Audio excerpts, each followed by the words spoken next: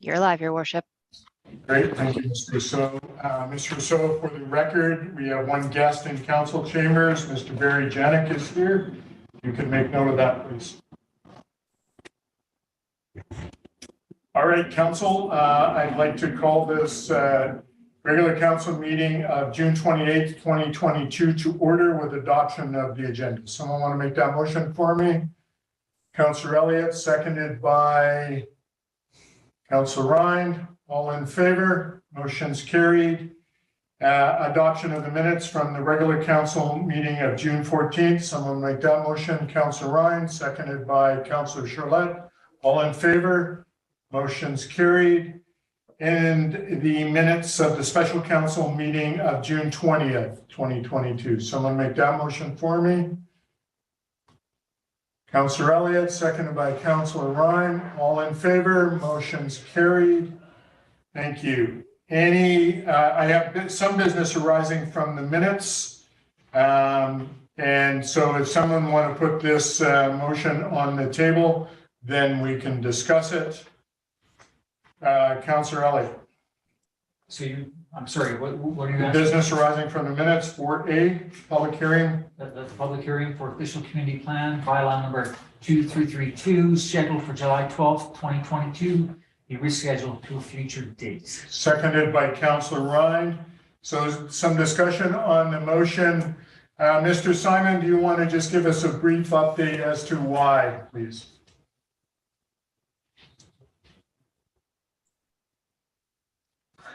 Oh, through your worship to council, you guys can hear me? I think that's how Yes, mic there. Sorry about that. So in accordance with the Local Government Act, after we get first reading of the OCP bylaw, we are required to refer it to the Agricultural Land Commission.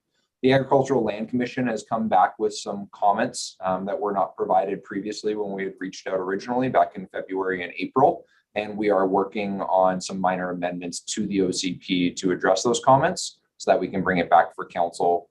We are targeting July 12th to ultimately bring it back for you for reconsideration of second reading, which ultimately requires that we delay the public hearing. We are anticipating approximately 2 weeks right now, but that will be dependent on direction from council. Thank you for that. Any other questions from council? I know that in my conversation with Mr. Simon, he has reached out to ALC several times, 4 attempts, I believe now, and they're definitely want to weigh in at this point. So we just rescheduled that public hearing by a couple of weeks or so. So I will now call the question. All those in favor? Motion's carried. Thank you. Any business arising from the special council meeting of June 20th?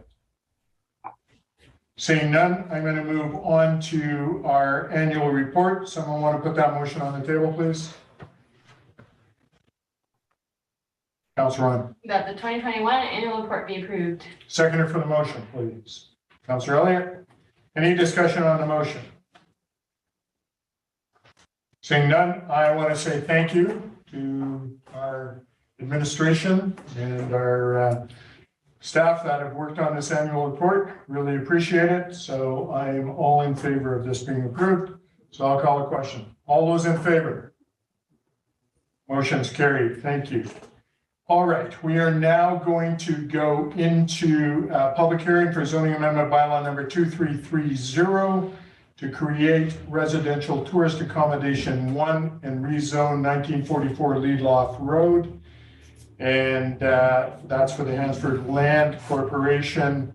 So I will read a few things and then we will go to our speakers list. So this public hearing is being convened pursuant to section 464 of the Local Government Act.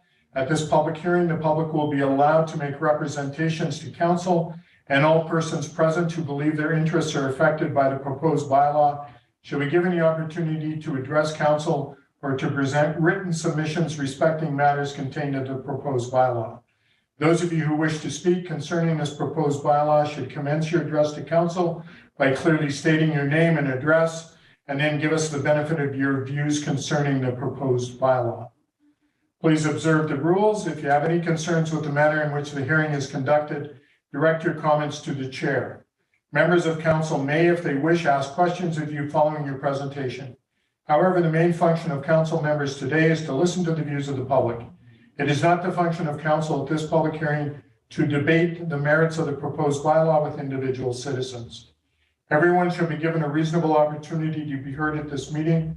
No one will be or should feel discouraged or prevented from making his or her views heard. In accordance with the proposed bylaw, council has received documents which may influence its decision. These documents are available for review in a binder located at Development Services Department or alternatively on the city's website under Find Council Documents and choose today's meeting date. Before we begin, may I have the corporate officer confirm that all due process was followed according to the Local Government Act? Well, the process was followed, Your Worship. Thank you, Ms. Floyd. A pre-registered speakers list has been established. Each speaker's initial presentation will be limited to 3 minutes, provided the comments are relevant to the issues at hand and the hearing is not being obstructed. This initial time limit is to allow everyone a fair opportunity to address council respecting the proposed bylaw amendment. After everyone on the speakers list has spoken once, speaker will be allowed a supplementary 2-minute presentation, which will be limited to additional comments to what was previously presented so that everyone that wishes to speak may. Should you wish to provide council with new comments, raise your hand virtually or in person, and the mayor will call upon you until all participants have had the chance to speak. In your supplementary presentation, please do not repeat the comments made in your initial presentation. After everyone on the speakers list has had the opportunity to speak twice, speakers will be allowed a third 2-minute presentation, which will be limited to additional comments to what was previously presented so that everyone that wishes to speak may. Should you wish to provide council with new comments, raise your hand or virtual hand, and the mayor will call upon each and all until all participants have had a chance to speak. So on the physical list I have in front of me, Mr. Barry Janyk. So Mr. Janyk, if you would like to come to the podium to give us your views. Thank you, Your Worship, and I apologize for scaring the rest of council away. I will be short, as I've often said. I'd like to begin by thanking all the former and current planning staff, especially Mr. Simon, for their courteous and persistent tenacity to bring this rezoning forward to the community today. I also want to thank my colleague and friend Harry Measure for his help in this lengthy process. Inasmuch as it has been a protracted and incredibly detailed undertaking, the Thomas Brook neighborhood planning process, the adoption of the plan, the amendment of the OCP, the drafting and presenting an amenable RTA bylaw, this product, we believe, will be invaluable for all the area owners. We believe that there's an appropriate flexibility and potential for clever entrepreneurs. My clients, the Hansford family, have always been supportive to see the Thomas Brook neighborhood evolve appropriately in its own time and without putting the property owners in a bind. They have strived to be good neighbors and have either advanced or participated in all the area improvement initiatives. Since my initial involvement with the Hansford family in 2015, the neighborhood and the chalet they envision Whiteworth have achieved a number of remarkable objectives, and this unique fringe area will indeed prosper. Whiteworth has already twice been honored as Canada's best ski chalet in 2020 and 2021 by the World Ski Awards, bringing prestige to the chalet and while enhancing the city's reputation. Complementing resort will be key to further aspirations. Thomas Brook neighborhood owners will reap real benefit from the groundwork that's been done, admittedly for the Hansfords, and also coincidentally for all other property owners. I see many winners here. It's been a pleasure working with the city, and we anticipate a very bright future for all. And my thanks to everyone. It was a job well done. Thank you. Great. Thank you, Mr. Jennings.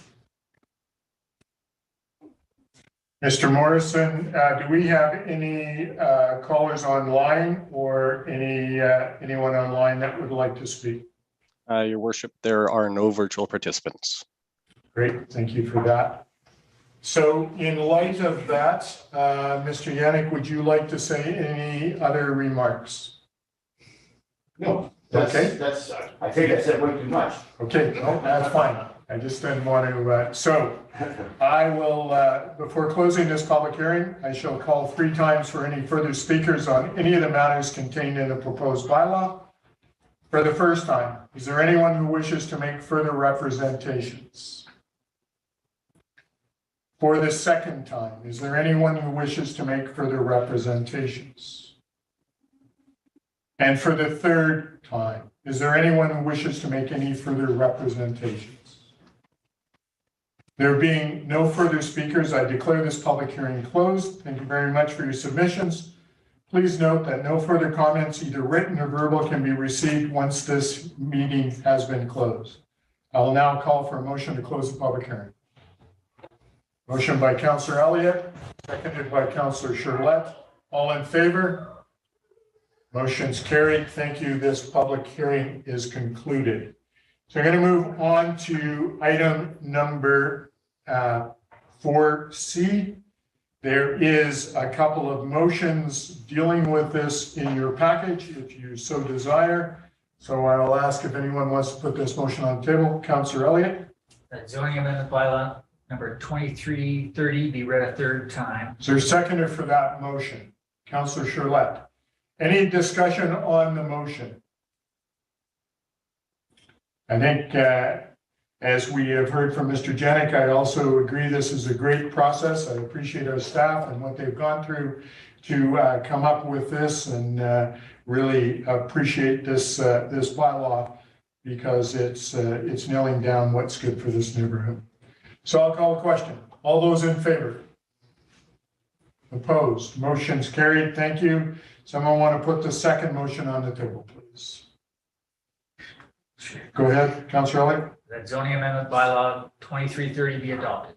Seconder for the motion, Councillor Ryan. Any further discussion on this motion?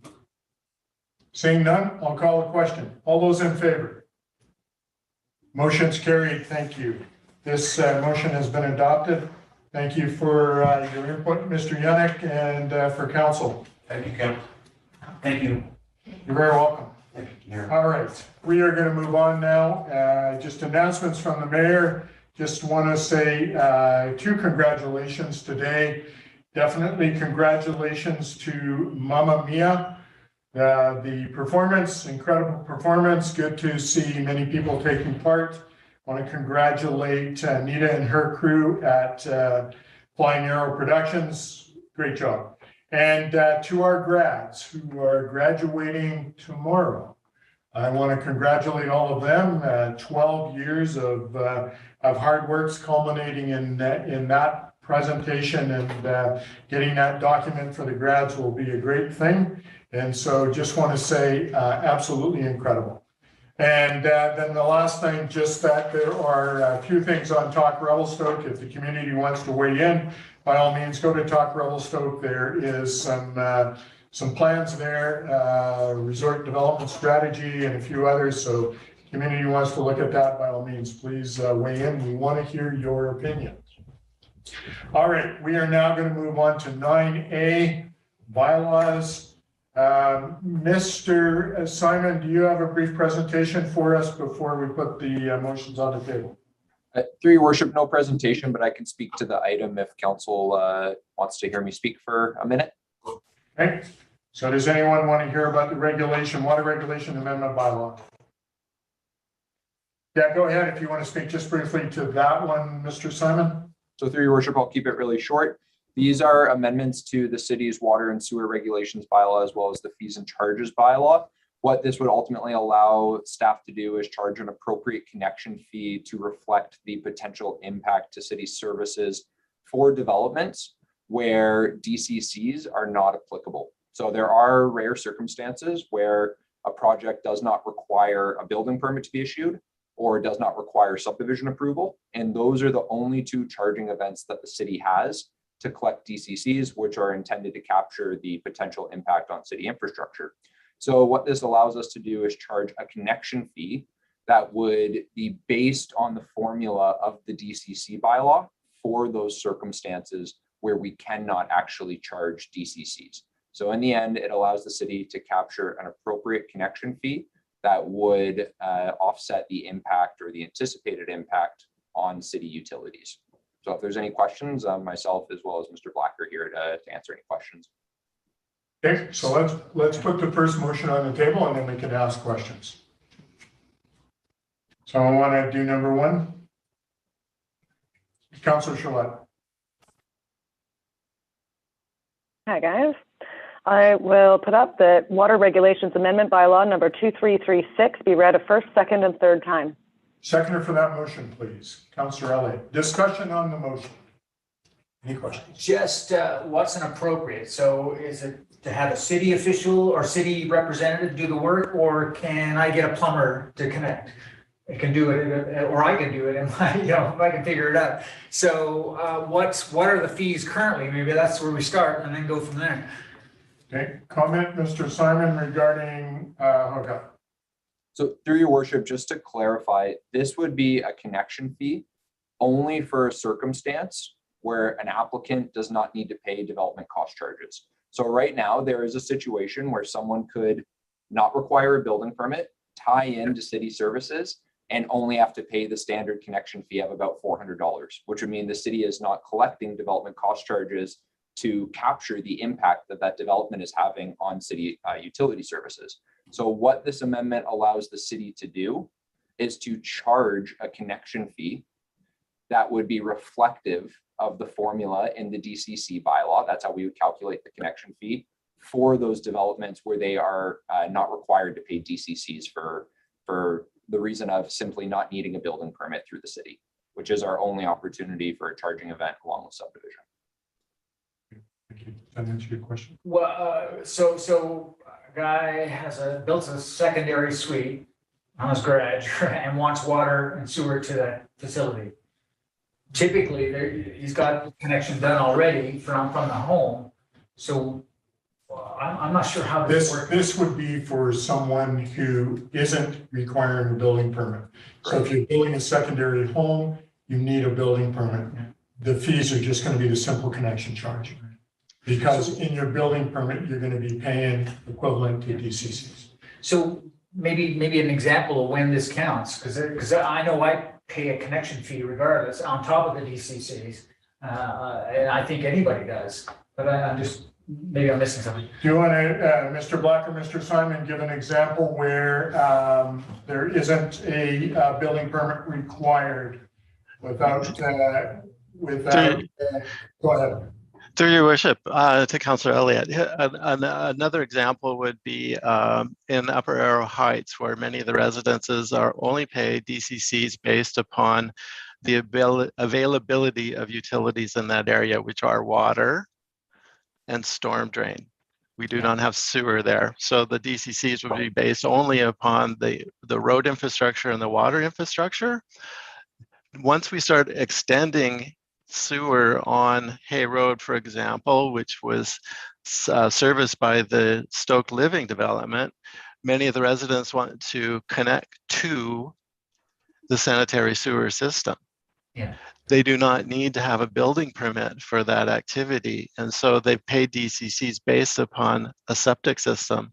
So all we're doing is ensuring that we capture those new flows going to the treatment plant so that we can provide updates and maintenance to that facility based upon the number of connections.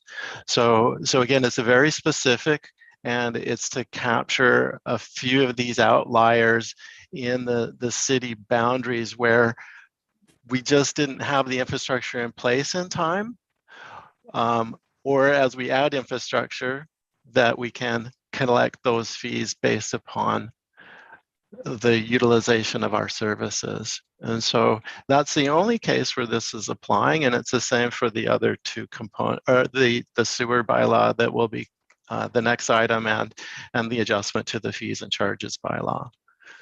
It's just that, yeah, I agree. If they're not, we're not absorbing. We don't want to pay for something that we shouldn't. But my take is that okay, what are the connection fees now for general connection fees? Because that's typically paid on top of VCCs. Is that right? Connection fees are based upon the amount of water you're going to utilize, and that's based upon the diameter of the service that comes into your home. And so the sewer would also be based upon how much water that's going out. And so that's how the fees are based. It's not based on anything other than the amount of fixtures that are in a new construction. So a very large home would have, say, a 1-inch service versus most homes would have a 3/4-inch service. And so that's where we base our fees on. And sorry, one more. So the jump from the current connection fee for the broader public, for everybody who wants, anytime you tap into the system, there's a connection fee. So with these new fees and charges, is the bump significant? It is not changing those connection fees for any program or any project with a building permit that comes in for a building permit. This is only for those cases where we don't get a building permit. So it's the outliers only. And so we are not changing any of the other fees related to connections for water and sewer for single family homes or industrial per the existing fees and charges bylaw. Perfect. Yeah, I hate to throw a municipal charge into the affordability issue that maybe is not necessary. So, but thank you. You're welcome. Any other comments? Seeing none, I will call the question. All those in favor? Motion's carried. Someone want to put number 2 on for me, please? Sure, I can get in there. Councillor Charlotte. That sewer regulations amendment bylaw number 2337 be read a first, second, and third time. Seconder for the motion, please. Councillor Elliott. Any discussion on this motion? Basically the same as what was presented to us with water. Seeing no further questions, I will call that question. All those in favor? Motion's carried. Item number 3, someone want to put that on for me? Councillor Charlotte.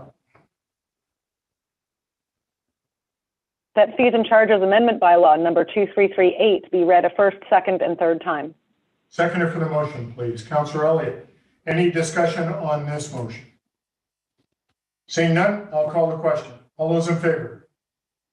Motion's carried. Moving on to item 9B, Mountain Gate Road. It is a zoning amendment bylaw 2335.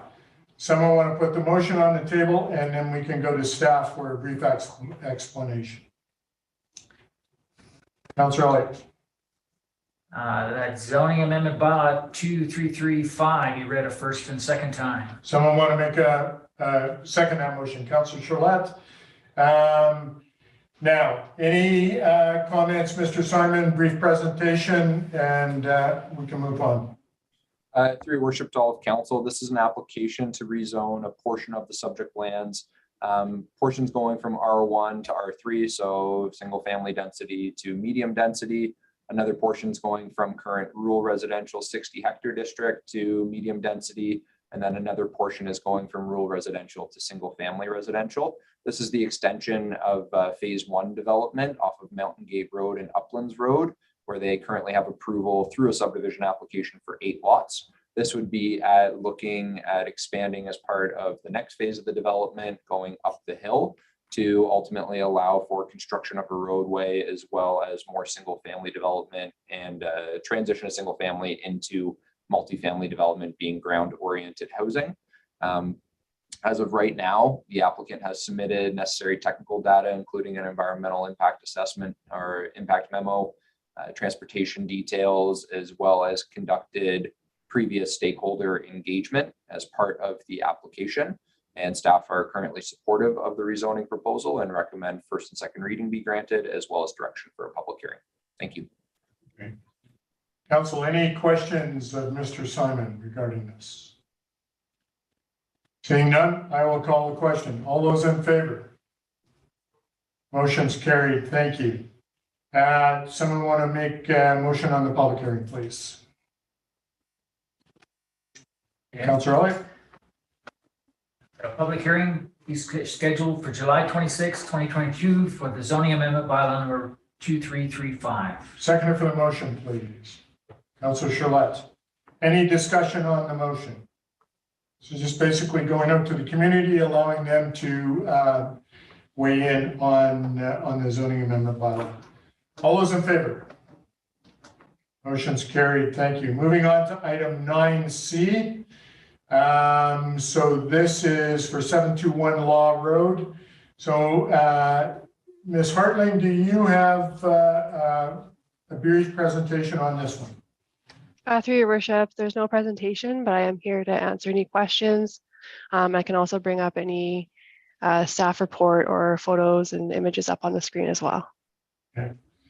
So council, any questions or concerns regarding this? Everything's in the package. It's basically taking this property and rezoning to people will keep one piece and the other one will eventually be split off. So there is a motion in the package for reading the zoning amendment bylaw 2331 all 3 times. We can do alternate if you want. So basically by doing that, we're foregoing the public hearing and just going right through to make get this put through. Any comments or questions from council on that? Seeing none, I'll ask someone to put the motion on the table for me, please. Councillor Charlotte? Mayor Sulz. Zoning amendment. Oh, hang on, Councillor Palmer, you are here now. You Yes, thanks.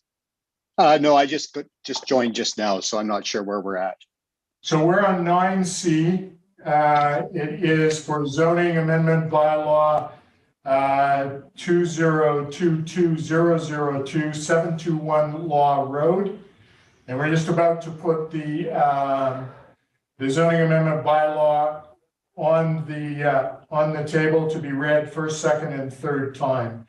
Any comment before we do that? If we go that route, that's basically saying to the community, we're not going to have a public hearing, which we have done before in this neighborhood.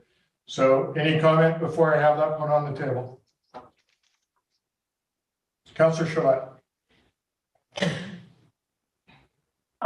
Just a quick comment that I am supportive of this going right to third reading. Going from industrial to commercial seems like a very comparable zoning for impact on the surrounding community. We think we have enough public hearings going on at the moment, and this seems like a smooth way forward. Right. All right. Do you want to put that motion on the table for me, please? Sure. That zoning amendment bylaw number 2331 be read a first, second, and third time. Seconder for that motion, please. Councillor Elliott. Any further discussion on that motion? Go ahead, Councillor. So what's the advantage of going to C7 over M1? Any comment on that, Ms. Hartling? Yeah, through your worship. So the C7 allows for smaller parcel sizes. So the applicant's intent is to do a subdivision if the rezoning is passed to C7. The C7 zone also allows for service-based commercial uses and residential in a mixed-use building. It is more comparable to surrounding lands. So the future intent is for a subdivision or 2 lots. So basically taking 1 lot, making 2. So then the only other thing is that Ontario Health weighed in about septic flow and they were able to prove that there's enough for that. So I'm supportive of this moving forward. So in M1, there could be no residential. Ms. Hartling? Through your worship, M1 can have a caretaker's residence, but would not be able to have a mixed-use building like the C7 zone that could have commercial on the bottom and say residential units up top. Thank you. All right. So seeing no other comments, I'll call the question. All those in favor? Councillor Palmer, any comment or in favor or opposed? I'm just going to remain silent, so it's essentially in favor through that. All right. Thank you for that. All right. Motion's carried. Thank you. All right. Moving on to 11A staff reports, Parks and Rec Master Plan. Catherine Barris is here from Urban Systems that will give us a presentation on the Parks and Rec Master Plan. So Mr. Nato, any comments before we start? Thank you, Your Worship. I've invited Catherine with us today to present the final draft for council consideration. So I'll just turn it over to Catherine. All right. Ms. Barris, the floor is yours. Okay. Thank you very much, Your Worship and Council. It's very nice to be here with the final presentation, we think, for this project. I will share my screen. Actually, and I need to put it into slideshow. Okay. Do you see the screen with the main title slide? Yeah, we've got it. Thank you. Perfect. Okay, thank you.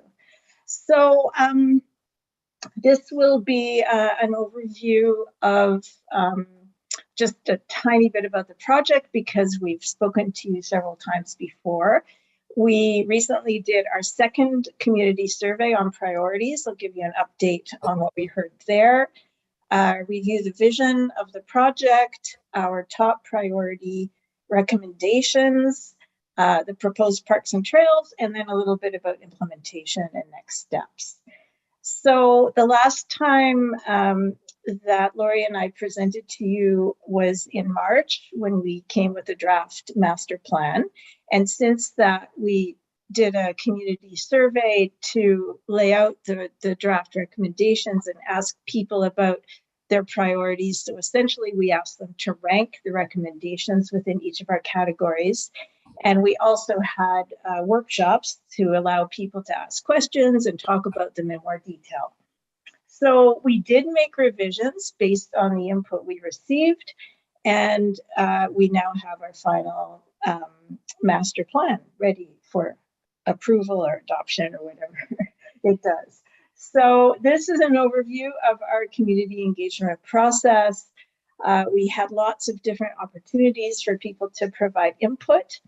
We were really happy with the numbers of responses to our surveys. We had 546 in phase 1, and we had 486 in phase 2, which is pretty unique, actually. A lot of times we may get high response to the first survey, but it often drops off after that. So you have a very engaged community. They were really interested in this project, and we really appreciate all the input that we got. So on this second survey, first of all, we laid out our vision and goals, and we asked for how strongly they support each of those. And as you can see, we had very high support. We also got some comments on the vision and goals, and as a result of that, we did make some adjustments to the wording. We asked people their key priorities. So what I'm listing here is the 3 that came out top in order of priority in each category. So in parks, actually the Jordan River site came out number 1. And if you recall, that was actually added by council to our list for consideration. It wasn't on the original draft master plan. So that was an interesting and I think important move for the community. Second, the Powerhouse Road site becoming a new park and improving Kovach Park. In terms of amenities, priorities were expand the skate park, add infrastructure along trails, and improve playgrounds. For new amenities, it's a pump track, bike park, more trails, and a fenced dog park. Recreation facilities, the new multi-sport facility was by far the top priority. And again, council helped to influence the wording on that recommendation, which we really appreciate. Upgrades to the Aquatic Center and renovating the community center were, there only were a few choices in this category, so everything got some votes. And then under programs and services, this was kind of a grab bag of a number of different topics within the master plan, but having more financial resources from tourism for recreation facilities came out pretty high, more youth programs and more events. So this is the revised vision. Revelstoke has inclusive, affordable, and resilient parks, trails, recreation facilities, and programs that promote community connections and inspire a healthy and active lifestyle for all in a beautiful mountain environment. There was one word in there in particular on the previous vision, the word capitalized, and people didn't like that word. Anyway, there were some other minor adjustments. So what we've done is we've created an implementation plan that's in the back of the master plan that has the proposed phasing and approximate relative cost, I'll say, for each of the recommendations. And so the ones showing on these next slides are the ones that come into phase one. So for a recommendation to be in phase one, it's not just the votes that it got and the priorities from the public. It's a lot of other considerations as well that are listed in the master plan. So one is certainly cost. Another is, does the community have it already? How many needs is it serving? So there are many factors that go into establishing what becomes phase one. So for parks, the phase one recommendations are Powerhouse Road, Jordan River, updating Grizzly Plaza, Centennial and Covett Park improvements, a natural play area for Nickel Road Park, and an urban forest management strategy. Phase one recommendations for trails and amenities: build new trails and add infrastructure to existing trails, update playgrounds, the Columbia Park pickleball courts, improvement, and a new pump track bike park. This is a map that is showing proposed parks with the green and yellow symbols, and also proposed trails. So since the last time round, we worked really closely with the team working on the transportation plan. And given that their trails are looking at trails along road corridors, and we're looking at the connections between road corridors, we really clarified which of the proposed trails should be in their plan versus the Parks and Recreation Master Plan.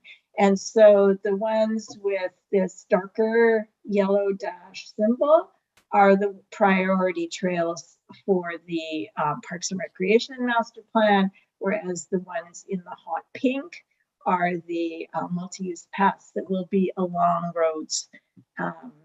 And obviously you can't see it in great detail now, but it's in the report. For indoor facilities, as we said, the multi-sport facility is the top recommendation.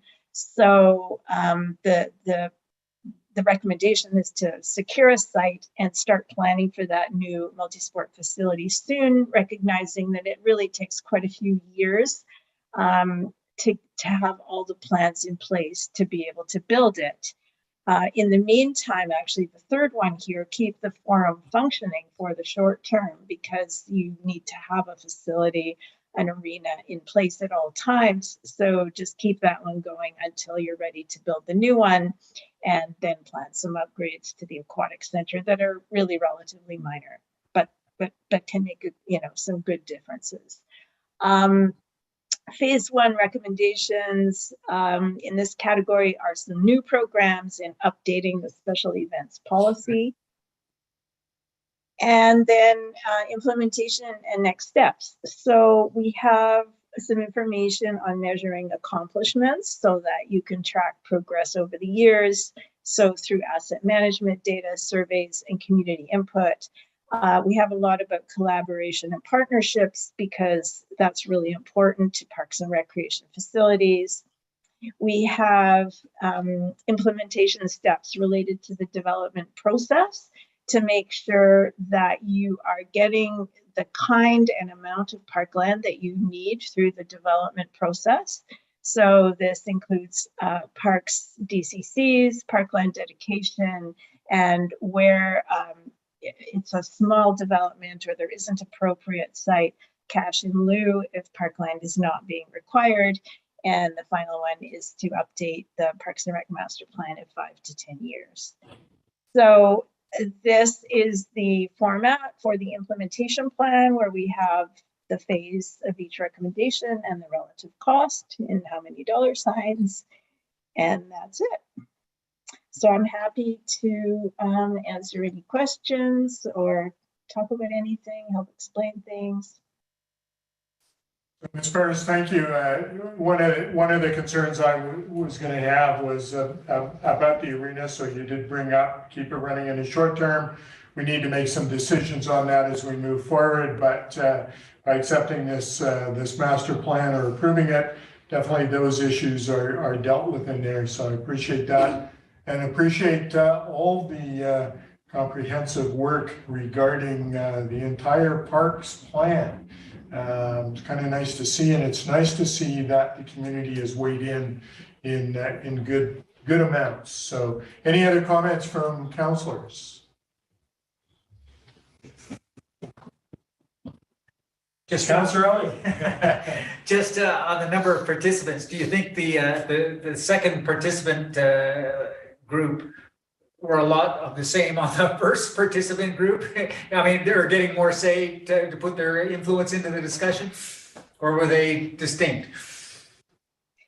It's really hard to say. I would say that probably more of them were the same than different, because there are people who are more likely to participate in any kind of process and people who are more likely to have an interest in parks and recreation. So I would say, if I had to guess, that, like I said, probably more were the same than different.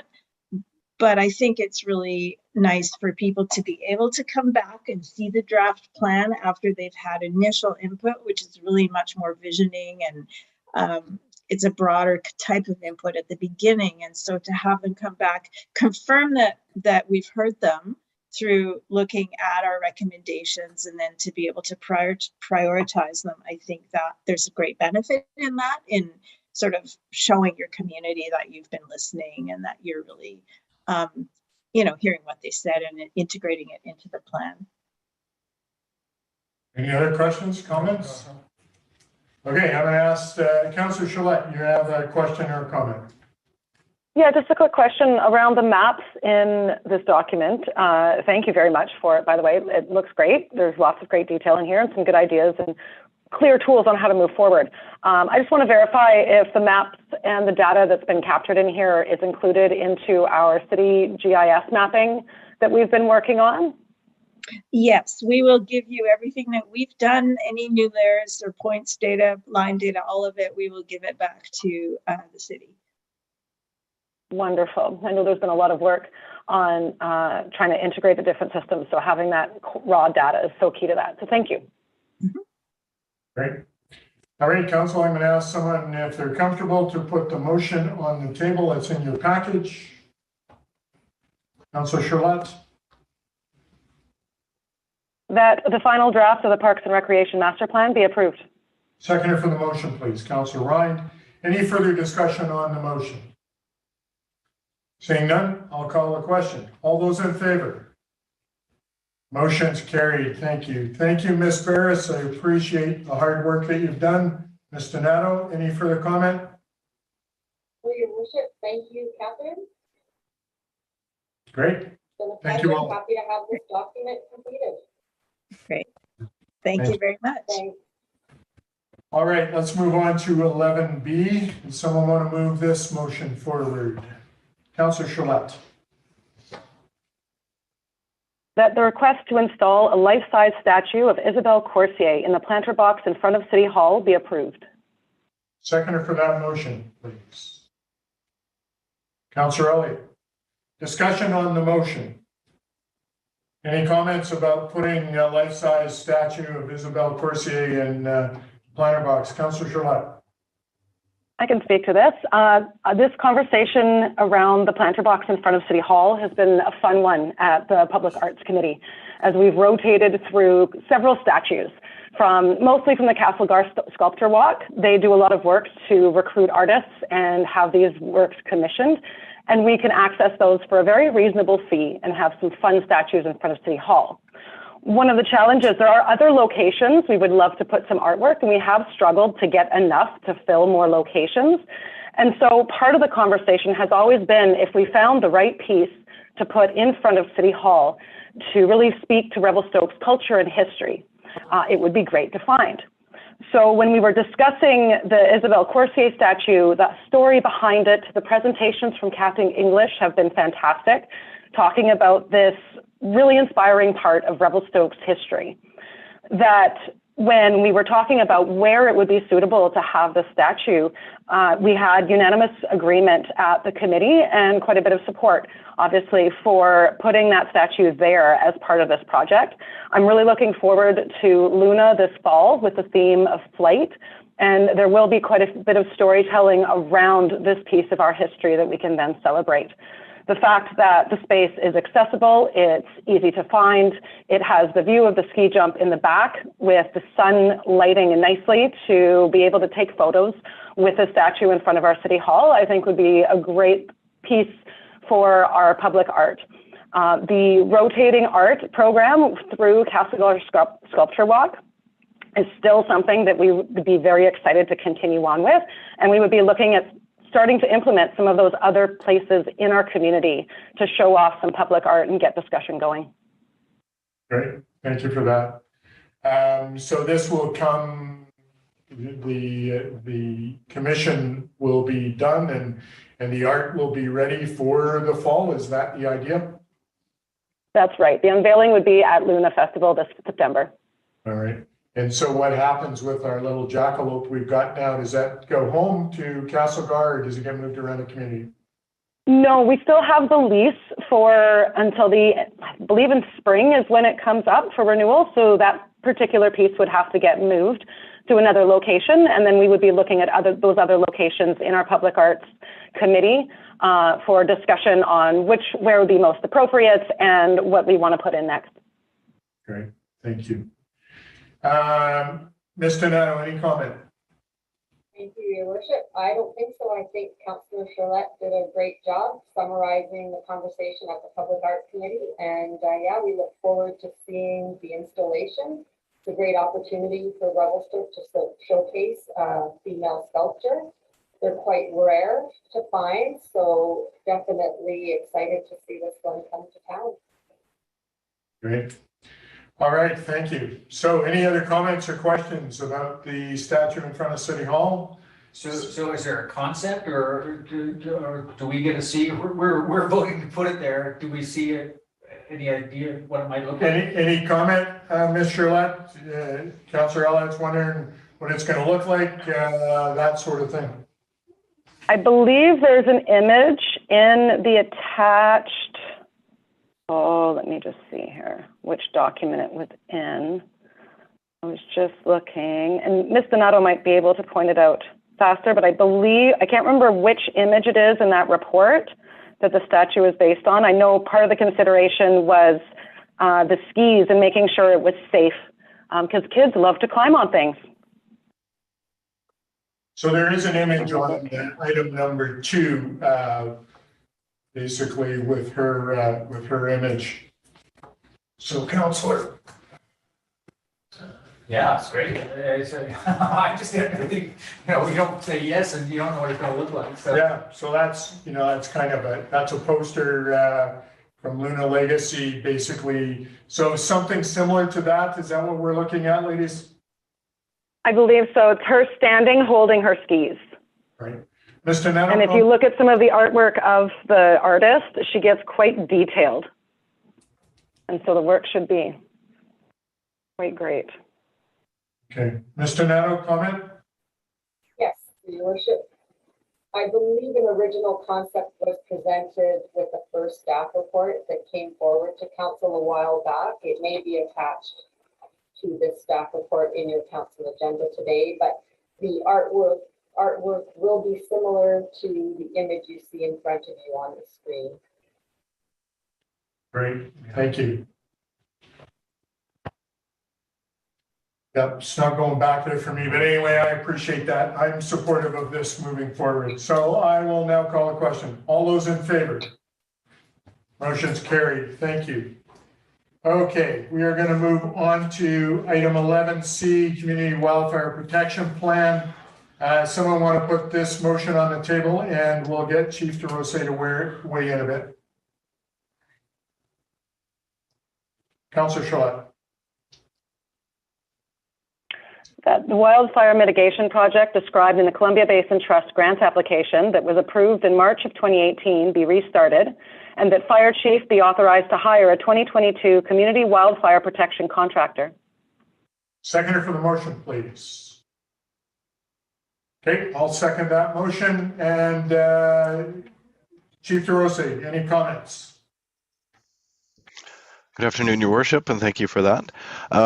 So this is essentially a restart of a project that was started in 2018-2019.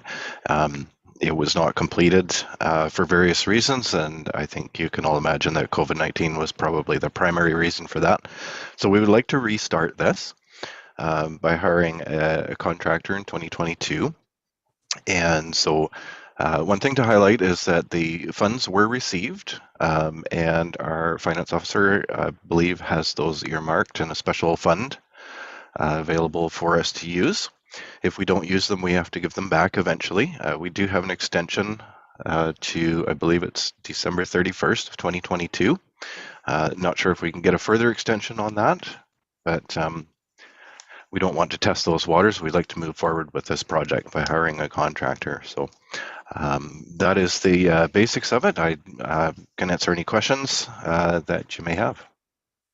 Thank you, Chief. I think prudent to move forward at this time. Seems to be a little cooler year than what we've experienced in past. And if we can get started on it now, well, people can get into do whatever they need to do to mitigate fire issues. I think that's appropriate. Councillor Charlotte. Thank you, Worship. I'm really grateful to see this come forward. I think we were talking about this topic after the SILGA conference in Salmon Arm when we were hearing from some of the other communities in our area that were dealing with some pretty major wildfire concerns last year. And especially the stories from Logan Lake made it very clear that the work they had done in preparation for that season was game changer in how what the results were. So I would be very happy to see this carry on and see what's next to make sure that Revelstoke is a fire smart community as well as we go through climate change. Yes, thank you for that comment. Definitely thank you for the reminder on that. What made it quite clear, had they not done the fire smart, they wouldn't be here. It'd be similar to Lytton. So definitely we're all in favor of making sure that this sort of thing goes forward. Okay, I'll call the question. Councillor Elliott, go ahead. Just a question. How much money have we earmarked for this, or have we got stashed away? How much do we have dollar figure wise on this? Chief. Through your worship, the original grant was $81,400. There is a separate component to this CBT grant that was put aside either $15,000 or $20,000 towards a development of a permit area for to be included within the OCP. And I believe we have spent approximately $4,000 to date, most of that being in 2019. So we're in the $50,000 range after those expenses and the commitment that's been made for the OCP. Great, thank you for that. That's your question. Yeah, so we've already done a chart of zones that are subject to wildfire. So our city's been analyzed, and we've got areas that are at risk or zones that are safe. Has that been done? Through your worship, yes, that is partly correct. The Community Wildfire Protection Plan has identified a number of areas in and around Revelstoke. One of the things that I would note is that is slightly outdated. It is an older wildfire protection plan. However, it's an excellent starting point to give us an idea where the areas that we should look at first, and perhaps where we should focus some of our attention on that. So in essence, the contractor would be looking at delivering education to community members, whether it's events within the city or it's door-to-door sort of information that's provided. And so we would be able to utilize that information to guide us where we would begin our efforts, if you will. This would be a one-time project for this particular grant. However, if you've been watching, the rest of the province has been hiring community wildfire protection specialists and community Fire Smart home partner program coordinators. So we're looking at how we can continue this based on some of the results of our efforts this year. So we'd like to get started on that and start looking at some of the areas that are that we should focus on. Just, you know, I know the Wild Smart thing has been a concern for 20 years, right? And when do we actually get some stuff on the ground that's actually happening, rather than just putting someone out there and giving information again? To me, that is so gated. That information is well circulated. We should be doing things. And how do we actually get something to happen? Something actually concrete, you know, some preparation is done. What does it take? So do you want to respond to that, Chief Terose? I have Mr. Matusi with his hand up as well. Sure, through your worship. This would be the first steps of actually doing some work out in the community, not just reviewing the concerns and the risks in the city. It is part of that, but there is a lot of work in this that is actually getting out there and helping the community to take action. Okay, thank you. Mr. Matusi, you have comments? You know I do, Your Worship. I can certainly tell you that prevention is a lot easier than recovery, trust me. I think the important thing here, and maybe to answer the councillor's question, you know, more directly, is, you know, you take a town like Lytton, and Lytton didn't burn down because of, it had wildfire all around it in the forest, but it burned down because of the grass fire raging through the city, because people had tall grass, people had firewood next to their homes, people had, you know, rickety old fences, and once those fences caught fire, they caught the home on fire, that home caught the next home, and it started like a domino effect. So I think when you look at wildfire, you know, the first thing you do is not have a rank 6 hit your community, and that through Crown land, some of the efforts of the province has provided grants to be able to thin both private and public properties on the outskirts, so you kind of bring the fire, so the fire doesn't come in at a Crown level. But the only other thing I think you could seriously do is on private property. And so that is going neighborhood to neighborhood, door to door. And I think being a lot more aggressive and assertive on helping people help themselves, because once the fire moves into the community, and I saw this in Kelowna, it just goes from house to house to house. And so, you know, I think it's really important that we could look at those overall programs, but also some, I hate to say education, because you're right. I don't think Revelstoke needs a brochure, a Fire Smart brochure, you know, but maybe a far more assertive program where, you know, neighborhood meetings and really point out, you know, where those areas of, you know, cleaning debris and all those things. You know, it's all you really can do in the end to make sure the community itself is the safest as it can be. Lytton's about to put in place a bylaw that actually, I think, you know, really goes that extra mile in terms of keeping things away from 1.5 meters from the house, and looks at where you're storing, you know, propane tanks and stuff like that. So it's going to be really aggressive, but of course the village is burnt down 3 times. So maybe it's time to take a little more aggressive stance. So yeah, I agree with you. Like, if the program was really about doing a plan and providing a brochure, then I'm not sure that's helpful. Wildfire permit areas are helpful, but also being very much boots on the ground and really trying to get the message across on a neighborhood level is probably the best thing you could do. And although there's nothing, you know, there's nothing is perfect. Great, thank you, Mr. Matusi. Any other comments from council? Councilor Sherlatt? Thank you, Your Worship. When we looking at the report and looking at those basic activities, one thing I would encourage our community to look at, but also some of our other partners, is these neighborhood demonstration events really tweak my interest, especially when we talk about Bear Smart as well as Fire Smart, as well as just being a good neighbor. So can we start matching up several of these events? And I know I've spoken with some other community groups that have done some of these demonstrations at downtown markets in the past, but I like the idea of the neighborhood events as well. And if there's ways that we can connect up these groups to improve the resourcing and the availability of these, or the strength of that kind of an event, I think there's some opportunities there to really make sure we have an impact, especially with all the newcomers to our community that have moved in since the pandemic, that might not be as familiar with how to get information and what the best practices are to live in a community like ours.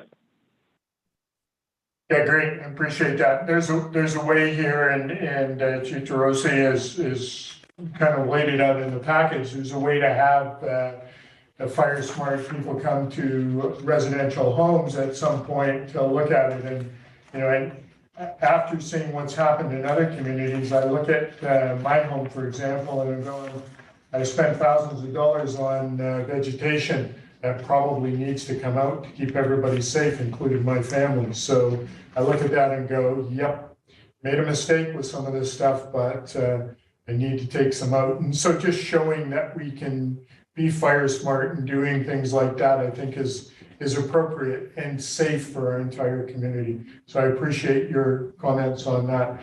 Councillor Elliott, you had another comment. Well, you know what, it disappoints me. You know, like I came from Alberta 15 years ago, 20 years ago, and it was an issue back then in Alberta, and we have not addressed it, and it was worst case for BC. So, and when I moved here, Fire Smart was on the radar. It was the thing, like there was a fire burning on the highway, along the highway coming into this town. I said, we need to fix this Fire Smart. I'm just saying, why has this been set on the side burner? Why is it set, you know, why have we gotten to this point where we need to reactivate? Everyone in our town should be aware they need to protect their homes. The way they build, the way they have their landscaping should be in accordance with protection. And that should be a message that our fire department should be giving generally, right? That shouldn't be a special person. This should be a message coming from a fire department anyway. Yeah. And I'm not going to dispute that, except that it takes time and effort to put these things in place. And so we're at a point now where we're putting this forward. We've seen lots of work being done with Fire Smart in years past. We're now at this point again where things were stalled with COVID. We're going to move forward, so I'm appreciative of that. Now, I'm going to ask if there's any more comments on that. Seeing none, I'll call a question on the motion. All in favor? Motion's carried. Thank you. Thank you, So we're going to Chief. hire someone. Thank you. I'm not in favor of that. There were two motions there, or there were two elements to it. Yeah, and so we voted on them both. Yeah, that's right. All right, going to move on to item 11D, asphalt resurfacing. Someone want to put that motion on the table, and then we can discuss with Mr. Black. Councillor Charlotte. That the asphalt resurfacing services project be awarded to Terrace Construction Limited's subsidiary company, Valley Blacktop, in the amount of $1,059,578, excluding applicable taxes. Seconder for the motion, please. Okay, I'll second the motion. All right, any comments or questions for Mr. Black regarding this? Councillor Palmer. Yeah, we're just curious, where is this work being done? I don't think it's in. So it's in the package? Is it? There's a figure through your worship showing all of the roads that are part of this program. Yeah, the pavement map, attachment number 1. Okay. Was it part of the Yeah. project? Did you not get it in your package? No. Councillor? Okay. Okay, so let me bring it to you. And while you're doing that through your worship, Go ahead. the program for this year has been put together and based upon the pavement management program, which council received last year and was further supplementing the 2016 pavement program. And so we're utilizing the pavement management program in order to utilize for prioritizing road reconstruction and road projects in the city. This program follows along with the findings of that. And every year we'll continue to cross off roads on this list. And of course, things change from time to time. And so we will have to reprioritize some on occasion. But in this case, we have not. And we're pleased to bring this to council for your consideration and look forward to getting some more of our roads in better shape. Great, thank you, Mr. Black. I'm happy to see Wynn Street on here, having driven that street several times over the last couple of weeks for repairs to my vehicle. And watching my vehicle fall into the potholes, it's kind of nice to see that that's being fixed. So appreciate that. Any other comments on the resurfacing plan? Councilor Palmer? Yeah, okay, and it's interesting, I'm not seeing the attachment on my iPad either, but anyway, that's okay. Just curious, how many other bids was there on the tender process? Mr. Black? Through your worship, to Councillor Palmer, there was exactly one tender for this project, and that's pretty typical, as Valley is the only local asphalt plant in our local area. Yeah, and I think that's important for the community to know that. They've known it's been an issue for many, many years. We pay a premium compared to other communities. Water and sewer or other infrastructure underneath, so everything that's being resurfaced here is the condition of the water and sewer utilities and any other utilities underneath storm? Through your worship, to Councillor Palmer, I cannot vouch to the integrity of all of the pipes in the ground. As public works professionals, unfortunately, it does happen where you cut new pavement up, and that is certainly not our goal, and we try not to do that. But there may be the need to repair or cut some of the roads apart in order to right after we pave them. So that is a consequence of the work we do. Victoria Road will also have a development project on it, which hopefully we can cut the road first for those utilities and then pave after. Then, yes. Active transportation. So we've done a lot of work through the Transportation Master Plan, the Parks Master Plan. And so have these locations, are they, how is the active transportation network being implemented in these? The active transportation network, though we have not adopted a transportation master plan, and once that becomes the gospel, so to speak, that will then provide the guidance on prioritizing those multi-use paths or the active transportation network. And so the funding for these road projects is purely based upon the street section where we have the opportunity to have a multi-use path or a bike lane on a road. We will certainly be following that. However, there's not funding in this program to construct new multi-use paths. Councilor Palmer. So just further to that, so specifically on Perks, the southern portion of that, actually I'm interested in all of it, but let's talk about Perks, the southern part. That asphalt's totally thrashed. It's a little bit worse than a gravel road. So that does not include an active transportation route being implemented in it, just for clarification. It is part of the transportation master plan routes. However, that has not yet been adopted by council. And as I stated, the funding for the road rehabilitation does not take into consideration of construction of an additional 3-meter wide pavement section for a multi-use path. In the future, this definitely is a section that we will be extending a multi-use path through here to gain access to the north end of town. It is prime real estate for that, and I would see that as a priority with future funding and adoption of both the Parks Plan and the Transportation Master Plan. Follow up? I have some more comments, I guess, for council after, but I don't know if anybody has any other questions. Any other questions regarding this? Last council session, we approved a school safety program and it involved extensive paving and all this sort of stuff. At the time, my question about the master transportation plan, when do we need to approve this so you can start laying it all out? Because there's some money being spent. There was $2 million there. There's another $1 million here. Do we need to get the master plan fixed or agreed upon first before we start spending this level of money?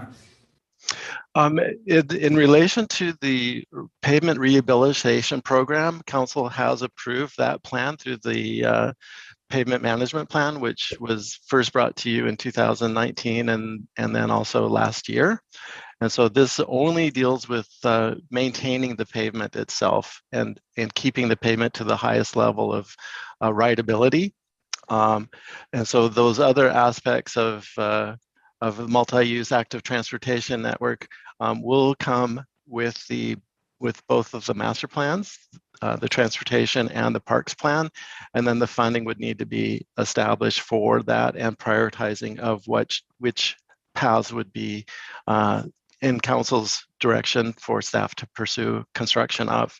The second point I would like to make is that the school project we are putting off until next year, given that we couldn't get the alternative borrowing process going early enough, so that the earliest that we could get money would be the fall. And so rather than construct during school, we chose to defer that project. And so we'll get the funding in place and further review the drawings with council as we finalize those, so that you're aware of what that program looks like. And then we'll break ground hopefully as soon as school is over in 2023 for both of those projects. Councillor Charlotte. Thank you, Your Worship. And thank you for that explanation. I see the sections of perks that are marked here go up to the edge of that school safety project, but don't overlap with it. With the perks, the southern part of Perks Drive and any other potential overlap with any multi-use pathways, I'm empathetic to the concerns of my colleagues on council, and I'm just wondering, would there be any cost savings of delaying this so that it would be done at the same time as a multi-use pathway, or can the multi-use pathway be added on at a later date without much additional cost? Like, how much of a difference are we looking at? Through your worship, to Councillor Gillette, the multi-use path program would likely be separated from the pavement itself. And so I would like to assume that the quantity of scale, if we were doing both of them together, the pricing might be slightly better by doing them both together, but by separating them, we're not suffering or throwing away any work that would be done on the roads for the multi-use paths. And so they do function, or it's okay for us to tender them separately and design and build them separately. I hope that answers your question. It does, and if I could ask, or just make a follow-up comment, Your Worship. Yes. Is that the other cost is the social cost and the implications of disruption to a block. So I'm assuming with all of these different patches throughout our community that communication will be robust and we can help push it out through various different networks just to make sure that our residents can plan their days and move around these disturbances effectively. Thank you, Councillor. We will certainly take that into consideration and make sure that we have a robust communication plan. Great. Any other comments on the motion on the table? Just a couple of questions. Last year, when we agreed to pave the trail underneath the bridge on by the park there, that company was not Terrace. It was an external company. Is that right? Mr. Black, comment? Through your worship, that was the emergency repairs that we needed to do under the Highway 1 bridge for the sewer system. We had a break in one of the pipes there. And so that work was contracted to one of our local contractors. And I believe if Valley was as the only asphalt manufacturer locally, we would have purchased that asphalt from them, and our local contractor would have paved that themselves, or they would have subcontracted that to Valley to pave it for that project. Yeah, I think we paid, because they threw a bid in and we accepted, and it was way overpriced. It was overpriced at that end. I'm sure Terrace is, we're in a bind on that paving, but we also bought a paving machine. I wonder, is that active, or do we have the skill set to use it, or what's going on? That's for potholes, was it not? Yeah. Through your worship to Councillor Elliott, yes, it is a recycler. So what we can do is go out and we can saw cut around potholes, throw that material into the recycler, add some oil and chemistry to it to mobilize it so it's not so rigid, heat it up, and then put it back in the hole and roll it out. And so it's good for small patches, but it is not a paving machine. And so that's what we're using it for. And yes, the crews are out utilizing it as much as we can. As you're aware, we've got a lot of roads and not a lot of staff. And so it is tough for us to get it out, but our priority, especially in the wintertime, is to have that machine out as much as possible to minimize opportunities for the residents and tourists to have damage to their vehicles on many of our higher volume roads. And so it's a work in progress, but we're getting there. And as you're aware, we have a long-term plan now to manage the road network. And that's really good news for the community. We know what it's going to cost, and I don't anticipate us having to come to you asking for additional funds for the next decade for the pavement. So just maybe on that machine, do we have all the other complementary equipment to go with it? Because typically a paving crew shows up with a bobcat, a roller, and they do it in a flash. It's done. Are we capable of doing that with this machine? Again, it's a recycler, so it's labor intensive. We do have rollers, and we do have the trucks to haul the stuff, and so the equipment is there. We are not a paving company, and so we will never be as efficient as somebody that has dedicated crews for that, but we do the best so that we can with the resources that we have. Great. All right. Councilor Palmer, follow up. Yeah, through the mayor, is this a lump sum contract, or can things be added or taken away from the actual projects in this? Is that?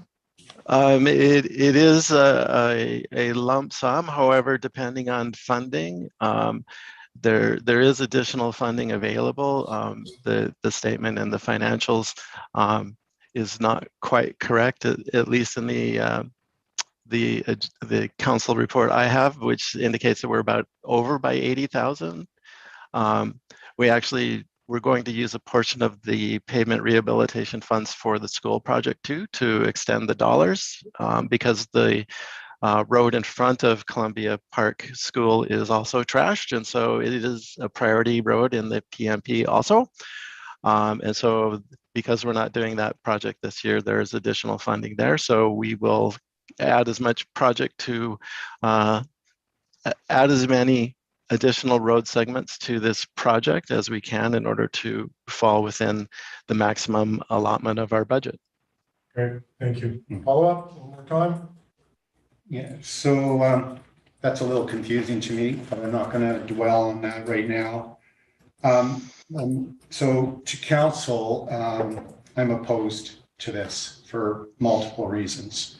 And it's more our approach as council. How are we approaching projects, the integration? So our taxpayers are asking for value for their tax dollars. They're asking for, they don't mind the taxes going up if they're getting the services. But we're continuing on an ad hoc process that is not taking into consideration of things. We spend a lot of money on parks master plans. We've been talking about active transportation and master plan. So it's disjointed. I'll talk specifically on perks. So if this project is appropriate, it should be in conjunction with the school project. This should not be done separately. I see this as being an increased cost. It's not taking into consideration of the child's safety on the northern parts of Perks, that we should have that separation. So we're looking at the school project separately in Columbia Park. That's a road that doesn't have sidewalks. There's no multi-use. We've seen under this council, like in front of the old school eatery, a massive amount of asphalt, double the asphalt that we needed for the school, that we just put back what was already there instead of thinking what we really need in the future. I cannot support paving programs that don't have absolute understanding of the infrastructure underneath that. So any hesitation, we should just say no. We should just say no unless we know absolutely what's happening underneath there. The active transportation program, the community is asking for this. The cycling community, we've got the highest number of people on the bike to work. They've got tons of information. There's lots of willingness from the community that's asking to provide, they want to provide input, and they're receiving it, and thanks to engineering, they're listening to it, but we're not actually implementing these plans on good long-term strategies. So it's ad hoc. Perks, the north or southern portion of Perks, yeah, that road's destroyed, but nobody uses it. Very, very few people use it. I use it. I walk along it and I cycle on it very regularly. It needs to be connected with the Greenbelt connection going up to the school. And it's going to be double the disruption if we do it again. It is going to cost more. We're going to put pavement down there where it's not needed. We're not going to put it where it is needed. To me, this is just for council on this continuous process of ad hoc process on how we're doing these programs. There's another little section next to Perks, I can't remember, but you ask the residents, they don't even understand why that road was paved. So I cannot support this. I absolutely see areas where our asphalt, and we need to do good programs where we're putting good value in money and making sure that we have good long-term strategies. I think this is a $1 million mistake. I think we made a $2 million mistake with the school safety program because it was not about school safety. It was about creating, in what I see, you'll disagree probably, but is council trying to create a legacy saying, oh, we did the school safety thing. No, we ignored how the kids are going to school. Those fat bike racks are full. And so now we're going to have, I can't believe that we keep on going down this path. We're doing the wrong thing. We're spending money in the wrong way. And we're trying to sell it on imaginary concepts. Anyway, that's. Thanks for your comments, Councillor. I believe this was part of asphalt plan for our community. Is it not, Mr. Black? Something that we had passed that we would spend X number of dollars a year on rehabilitation of our road surfaces.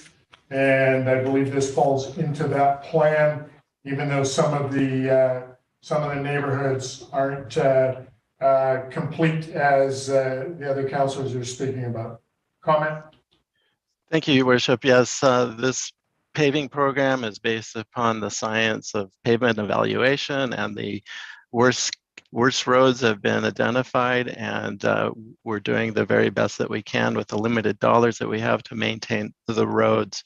That is what the PMP is for, and that is what council adopted and funded the road maintenance program for the next following years. Okay, thank you. Follow up, Councillor Palmer. Yeah, so just further to that, this is my criticism is not a criticism of staff. It's a criticism of council, of which I'm a part of.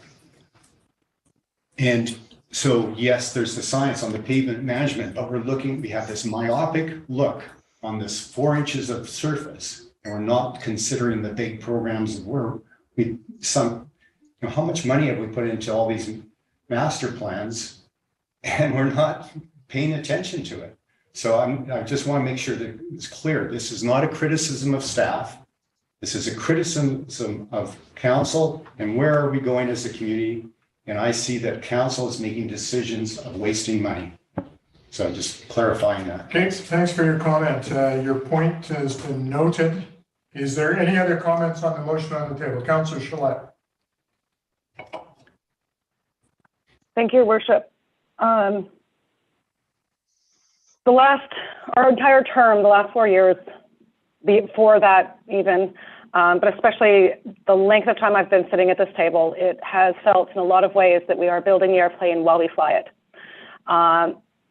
At the same time, that airplane has existed for a very long time. Our community has existed for a very long time, and there have been decisions made, for better or for worse, and to the best of the knowledge of the council of the time.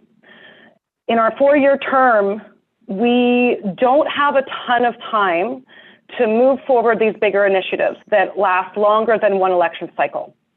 So doing the OCP, doing these master plans, doing all of this work, and especially the work we haven't yet been able to get to, that we all wish had happened yesterday. But at the end of the day, we only have so much energy, we only have so much capacity, we only have so much time.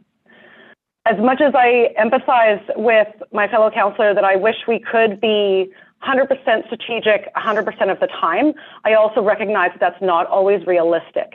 I appreciate that this project is working on some of the worst roads in our community that are completely disintegrated and do affect mobility in a significant way.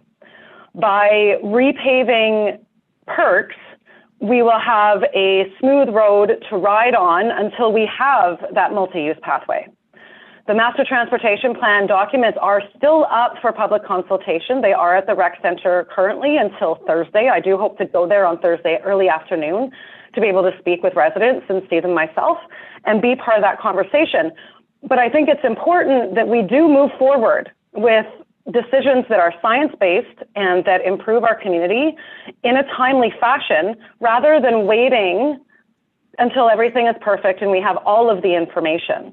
Because while we are getting closer and while we are getting more and more information every day and every week that goes by, with all of these master plans and with these survey projects that we have been pushing out, because of this drive that we have to have more strategic decision making, again, in the meantime, we can still do work. We have allocated this money. I think it's important work to be done. Could it be perfect? Yes, I absolutely agree with that. But I firmly believe in yes and, not either or.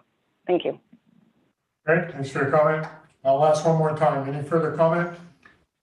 Councillor Elliott? So you may disagree with Perks, but if we decline this motion, does it set you back, Stephen? How far does it set you back on all the other road paving that has to be done? If council chooses not to move forward with this contract, we will lose this paving season. It's very unlikely that Terrace Corporation, as soon as paving is ready to go, their crews are all over the interior paving. And so we need to get this contract underway and executed so that we can get on the list and hopefully pave, unlike last year, which was late September, but we need to be paving earlier. And so it's staff's goal to bring these contracts to council earlier and earlier so that we can get on those lists and get the paving done before the weather turns in the fall. Yeah. So that's the answer.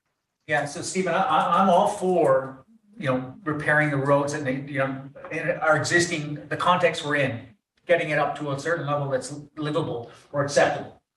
I'm not for the school project. Basically, I voted for it because I thought everyone was on board. But for me, I think we need this transportation master plan laid out in front of us and molded to what works for our community. That has to be done before you start spending millions extra on all these other amenities. So I think that needs to come forward as soon as possible. But on terms of maintenance, what we have right now, I'm pro this. Okay, Councillor Palmer. Yeah, so just to Councillor Elliott, so I see this as, you asked the question whether this would set us back. I think doing this program as it is setting us back because we are taking, let me finish. No, let me finish and then let's move on. because I'm responding, so Mayor Sulz, I'm responding. No, that's why I want you to carry on. Yeah. Yes, thank you. So by deferring this, actually re-looking at it and making sure we do our projects and get value for our money. So that's one. And so that's the perks, but that's, perks is probably, looks like it's about 25% of this project. And that's why I had the question as to whether it could be, because I would just take that out if we could. It sounds like we can't because it's a lump sum contract, but so that part is important, and we'll get better value for our money. It's another $1 million for a better plan for the school in that area. So that can be done in conjunction for next year. And we're halfway through this year already, so it's not a long delay. So in my opinion, we're further ahead by rejecting this project. Okay, Well, that thank would you. be a question for Steve. If we take this out, allocate the perk section to some other project that needs it, does that make sense? Mr. Black for the comment. Hypothetically, we can do anything. We have a plan that has been done by professionals that tell us where our needs are and where we should be spending money. I'm of the opinion that as a road maintenance project, we should follow that plan. Deferring $1 million+ in paving will only deteriorate the roads even more. And so consistent investment is important. And that's why we've come to you with adoption of these plans so that we know that in 15 years, if you recall the pavement maintenance presentations we did in 2019 and last year, the roads have continued to deteriorate. And rather than come to a neutral place where the roads are both failing and being replenished, that went from 10 years to almost 15 years to get to the same point by deferring, by not having the funding in place just for that 4-year or 3-year period between the survey for the 2019 report and the 2021 report. And so as you can see, not doing maintenance continues to, the roads accelerate in the deterioration. And so it's very important that we continually spend this money to keep the deterioration at a pace we can manage. And so, yeah, deferring the project, in my opinion, would not be beneficial to the community, nor would it help spend the money more appropriately, I suppose is the term. Okay, thanks, Mr. Black. Councilor Palmer? Yeah, so just because more information is coming on, speaking to that. So some of these roads, I don't know all of them, but some of these roads are not going to deteriorate any further. They're already toast. They're already gone. And so that won't apply to certain ones on these roads. The ones that aren't being maintained will continue to, that aren't on this program. These are new roads. These are new surfaces. And it's not making sure they don't deteriorate further. The base is, anyway, that's just my point on that. Okay. So we had a third party come in and assess the roads and told us what needed to be fixed. Right. But they did it without context for the master plan. Right? They didn't have our master plan because we haven't confirmed it yet.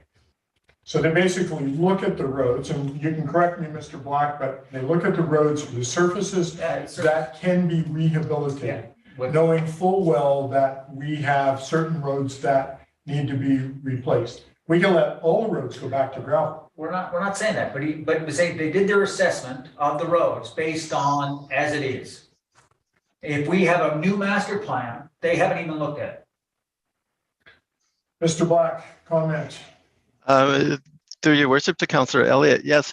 So the pavement maintenance program purely looked at the roads that we have in town, assessed their condition based upon cracking, rideability, rutting, et cetera, and came up with this document that says, here is the priority list for you. This is what it's going to take based upon these spending scenarios, and here's what council and staff should try and achieve every year to keep the roads in a condition which is neither gold-plated nor rust. And so someplace in the middle, we're not looking for gold plate. We're looking to make sure the roads are drivable and safe. And as you stated, we do not have a transportation master plan adopted. We do not have an adopted bicycle network plan.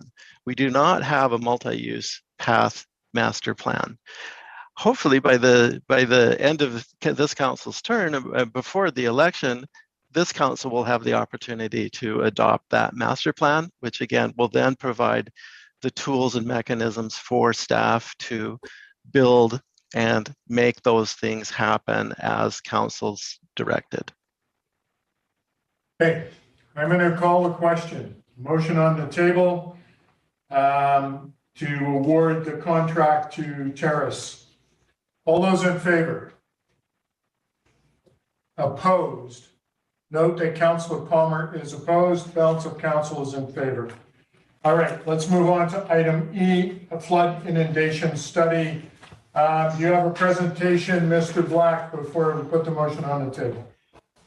Thank you so much, Your Worship. Yes, this has been a really, in my world, a very interesting and very fun project. And so I think it's good news. And on that note, I will turn it over to our consultant team of Anna and Vincent from WSP, who prepared the report, who will provide us a quick PowerPoint presentation of the work that was entailed and what the findings were. And at the conclusion, should council have any technical questions, the technical team will be there, and I will be here to answer the more general questions that might come from there.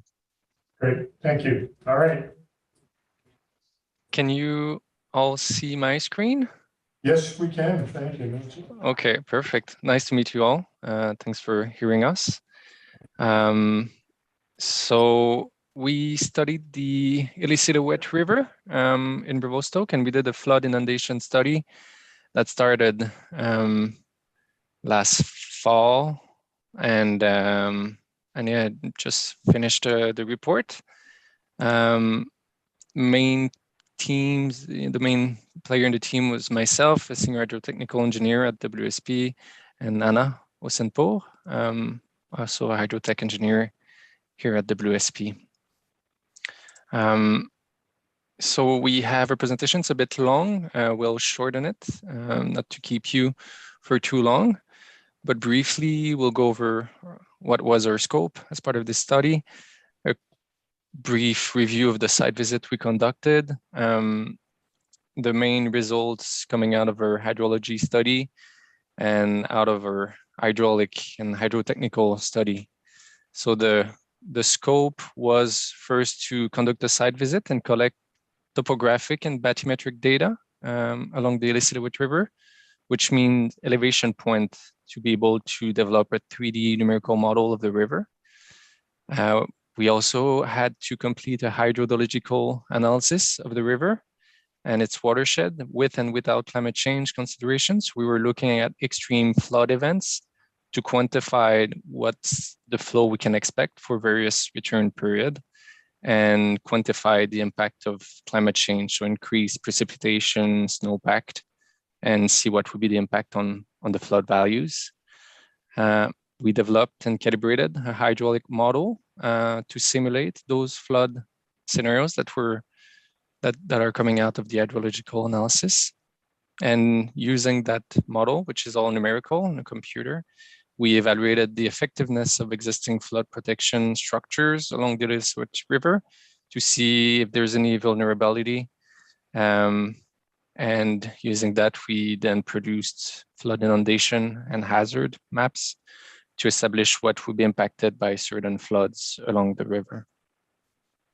So quickly, the site visit was conducted in October, so on the 27th and 28th, 2021. And we had a boat and we conducted a bathymetric survey. So we gathered elevation points along the Illicit River, close to the mouth with the Columbia River, up to here, so a few kilometers upstream of the 4th Street Bridge. Collected over 6,000 points, 42 cross-section along the river. And this is essential to develop a 3D model of the river and being able to model flood events to understand what would be flooded, what would be the flood levels, and so on. And as part of that site visit, we also surveyed the main structures. So the 2 bridges that are along the river, the 4th Street Bridge and the footbridge, or the kind of pedestrian bridge here. So both were surveyed the deck of the bridge, the sulfites underneath the bridge here, and the abutments as well. Following the site visit, we conducted an hydrological analysis of the Illicit River watershed, which you can see here delineated in red. So the Illicit River has a watershed of just over 1,200 square kilometers, an average slope of close to 50%. So it's a steep watershed, and its elevation range from about 440 meters up to over 3,000. So pretty high peaks, as I'm sure you know. And the Illicit River flow regime is nival, so mostly driven by snowmelts. So here you can see the y-axis is the daily flows recorded between 1963 to 2000 at the station that's located a bit upstream of Revelstoke, and it measures daily flows continuously. And the x-axis is the month of the year, so from January to December. And you can see all lines is a different year, and they're all overlaid. But overall, the behavior is like having a peak in May, June that is mostly due to snow melt. But you can still have some precipitation events later in fall and maybe even late summer that generates pretty high peak. And to note here, the highest peak or highest flow recorded on record occurred in July, actually in 1983, and that's the flood of record. So wasn't due to snowmelt, it was only precipitation, but normally the big floods are generated by snowmelt on the Illicit River. So here, that's the historical flow data. So we extracted for each year the maximum flow that was reached, and we plotted that between 1963 to today, so 2021. And again, as I was saying just earlier, the flood of record occurred in 1983, so almost 40 years ago, and the peak flow reached 591 cubic meters second, which is significant when you compare to all the maximum flow that were reached in other years. So that's a significant event, and that was due to rainfall. Close to 100 millimeters of rain fell in July, and that generated that very high peak. And just to give you a comparison, at the Revelstoke Airport, there's a rain gauge, and using that data, can calculate what would be a daily precipitation equivalent to a 100-year return period. And that's 58 millimeters. And in 1983, it measured close to 94 millimeters, so significantly higher than the 100-year 24-hour precipitation. So massive event, very, very intense.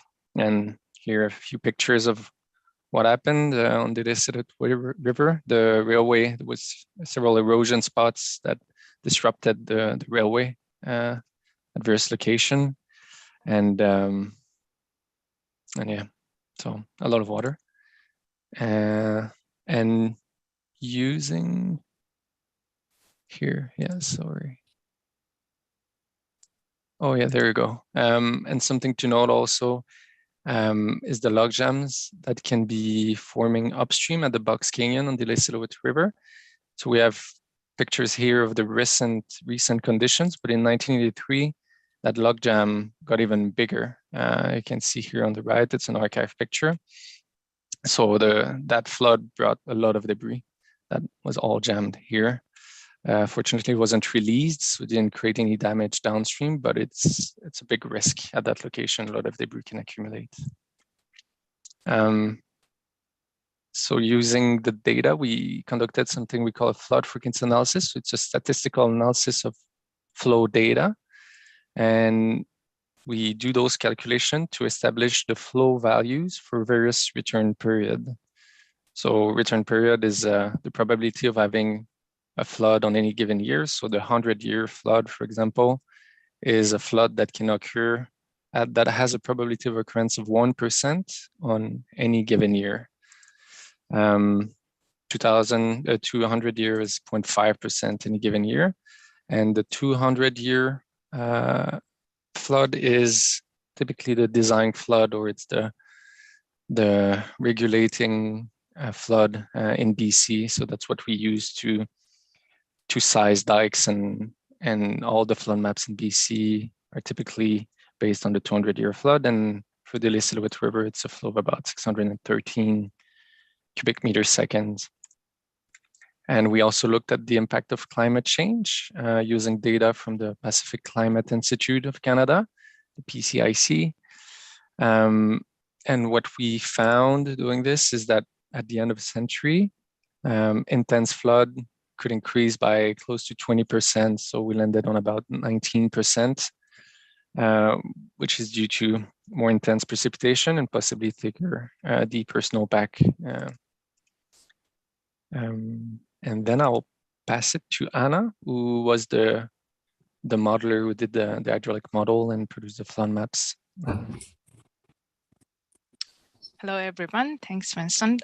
So the next step in our project was doing the hydraulic modeling. We developed a 2D hydraulic model, which is shown here. You can see the digital elevation model on the background, and then the mesh. You can see the extent of the mesh, which has more than 30,000 cells of calculation cells.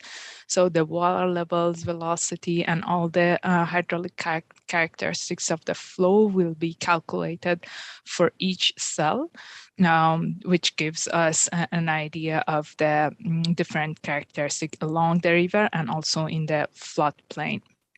So to develop this model, we use the LiDAR data, but we also combine that with the bathymetric and topographic data that we collected during the site visit. And we also included all the structures, such as the two bridges on the river, and also the dikes along the river on the north and south side of the river. So they were included in the model to see the effect of those on the flow characteristics. Before we can actually trust the model and use it for the calculations, we should calibrate it. In order to calibrate this model, during our site visit, we had collected some water levels data, and then we went back and checked the flow data at the hydrometric station for the same day and same time of water level measurements. And then we used those flow data in our model and simulate those those flows, and it gives us some water levels. We compared those simulated water levels with the ones that we had collected during the site visit. And you can see that the blue line is, for example, the simulated water surface, and the red dots are the measured water surface elevation. The difference between the two is shown with green lines on the second axis. So you can see that the difference between simulated and measured water surface is between minus 30 centimeter to something close to 25 centimeter or so, which is acceptable range for calibration. So from this, we could say that now we can trust the model and we can go ahead and simulate different scenarios. Another thing that we should consider when we're doing simulation is the downstream boundary condition. In the 2D hydraulic modeling, we can set a downstream water surface, and the model will calculate water surface along the river and floodplain based on that. So in this case, downstream water levels are highly affected by Arrow Reservoir water surface. And here on the graph, we looked at the water surface elevation in Arrow Lake, and we realized that based on the operation of the downstream dam, the water level in the reservoir has been going down during the past decades. For example, the green line is showing the maximum surcharge level, the red line is showing the maximum normal operation, and we can see that the water level has been going below those lines during the past years.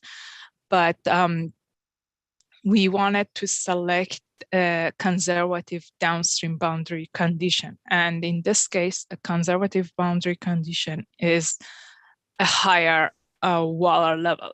So if you look at the table below, we selected different water levels for different scenarios. For example, for the 2-year and 10-year, we decided that the maximum normal operation water level plus the wind speed, and I'll explain what is wind speed. We decided that this elevation is a conservative elevation for the lower flows. For a medium flow, such as 50-year flood, we decided that maximum surcharge is a conservative assumption, but for higher flood flows, we went up to 442.7 for the downstream boundary condition. Wind setup is the effect of the wind on the water surface elevation. So when you have the still water and there is no wind, we have a calculated or a measured water surface. But when we see the effect of water, you can see that the water level could rise slightly, and that is something that we include in our calculations to make sure that the results are more accurate. But to be sure, we wanted to be sure that how the downstream boundary conditions is affecting our results. So we did some uncertainty analysis. Here you can see the comparison of 2 different scenarios for downstream boundary condition. And you can see the effect of downstream boundary condition when you increase it from 441.65 to 442.7, the effect would be only up to the a little bit upstream of the first bridge. So it's mainly downstream of the bridge. And if you look at the, on the left, you can see the difference on the profile, and on the right-hand side, you can see the difference on the inundation. So on the upstream, the inundation and profile difference is really minor. And downstream of the bridge, you can see that the difference is a little bit higher, but that's why we decided to go with the more conservative water surface for downstream boundary condition.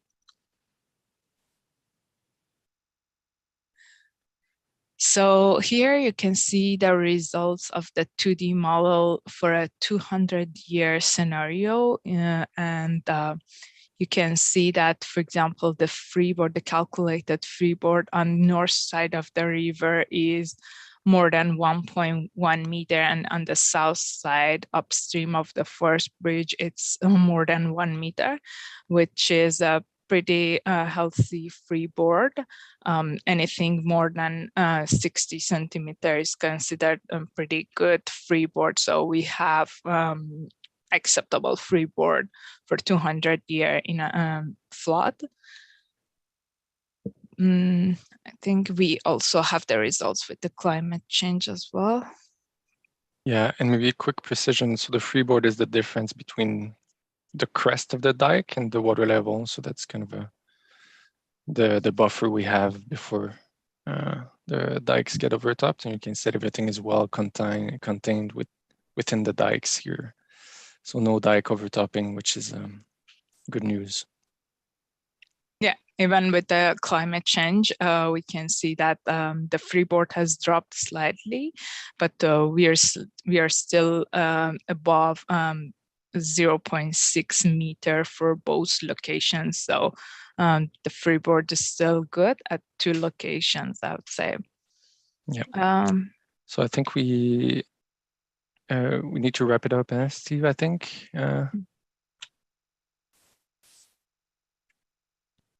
You'll mute. I can just wrap quickly with our conclusion. But yeah, quickly, we modeled the river to update the existing flood maps.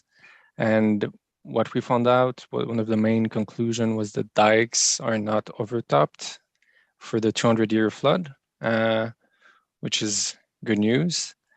And the flood maps we produce are based on more up-to-date elevation data, science, modeling technique. And it does reduce slightly the extent of the flood maps, which is a good news. It means that the city of Revelstoke is in good shape along the Illicit White River to face relatively large floods up to the 200-year flood. And that these are the main conclusion. And even in climate change conditions, the dikes are also robust and can withstand fairly large flood values. Only one point to add. So other than overtopping along the dikes, we might have the failure of the dike. There is always the risk of failure of the dikes. It can be due to erosion. So that's something to consider. The dikes has to, like the maintenance of the dike is very important, because if the dikes fail, like some floodplains could be flooded due to that. Absolutely, yeah. And the log jam upstream of the Bucks Canyon could also reduce the freeboard, brings a lot of debris, and could jeopardize some of the dike section if it would be released during a large flood event. So that's all we had for now. Steve? Thank you so much, Vincent and Anna. That was great. I know I get real excited about these sorts of presentations. I'm not sure that many other people get excited about it, but it is an area that I really enjoy as a scientist, and an area that I spent a lot of time in my younger years playing around in. As both Anna and Vincent indicated, we're in good shape with our dike system. Also included with this report was the latest dike inspection report that we had completed, which indicates that we do have some areas that we need to spend some more time with.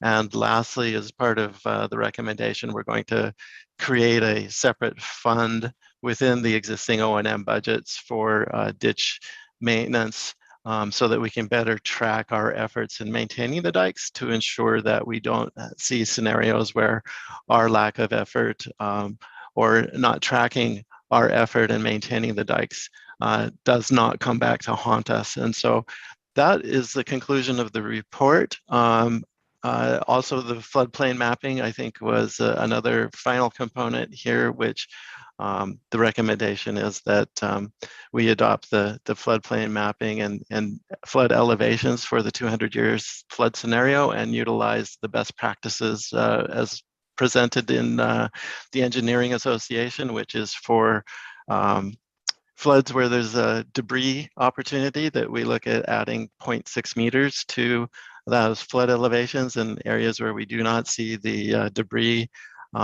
occurring, that we utilize 30 centimeters for that. And that will allow staff to, from time to time, update these reports and using engineering judgment, create the new floodplain maps that will be utilized by the planning and engineering departments for future development. And so thank you very much, Council. Any questions? The technical team and myself are here. Okay, I'll allow you to ask the question and then we'll put the motion on the table. We'll go ahead. So Mayor Sulz, I was going to put a motion on. Oh, awesome. Thank you.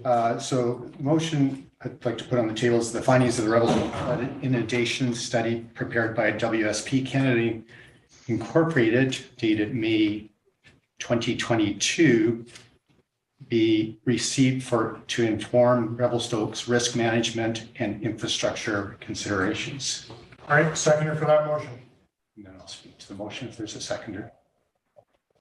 Sure. Councillor Elliott, seconding. So just the reason for a slight wording is to provide clarity, because the adoption is kind of what does that exactly mean? And so I think this is a really important piece of information.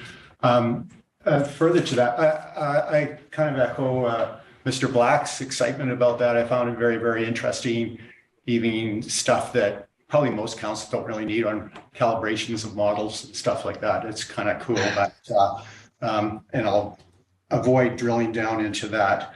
I do have some questions though, but maybe should I ask questions now, Mayor Sulz, or? Yeah, let's put the last, so there's another second part of this motion, and that, do you want to, the motion? No, I'll speak separate. I'd like to do that separately. Okay, yeah. So any further comment on the motion that's on the table? Yes, so Mayor Sulz, I do think that this is a really important report, and I thank you for that. I do have some questions that I think are important for council consideration. Should I put those up? Yeah. So from through the mayor, the concern that council, I think council has is, okay, well, what's the risk to residents and to their properties? What's risk to infrastructure? Then ultimately, what kind of cost implications are there when we're making decisions? And I think this is very helpful information. What I heard was this concern about the Fourth Street risk to that bridge being wiped out. There's a fairly high confidence with the 2.9 meters freeboard in the scenario that we should be okay.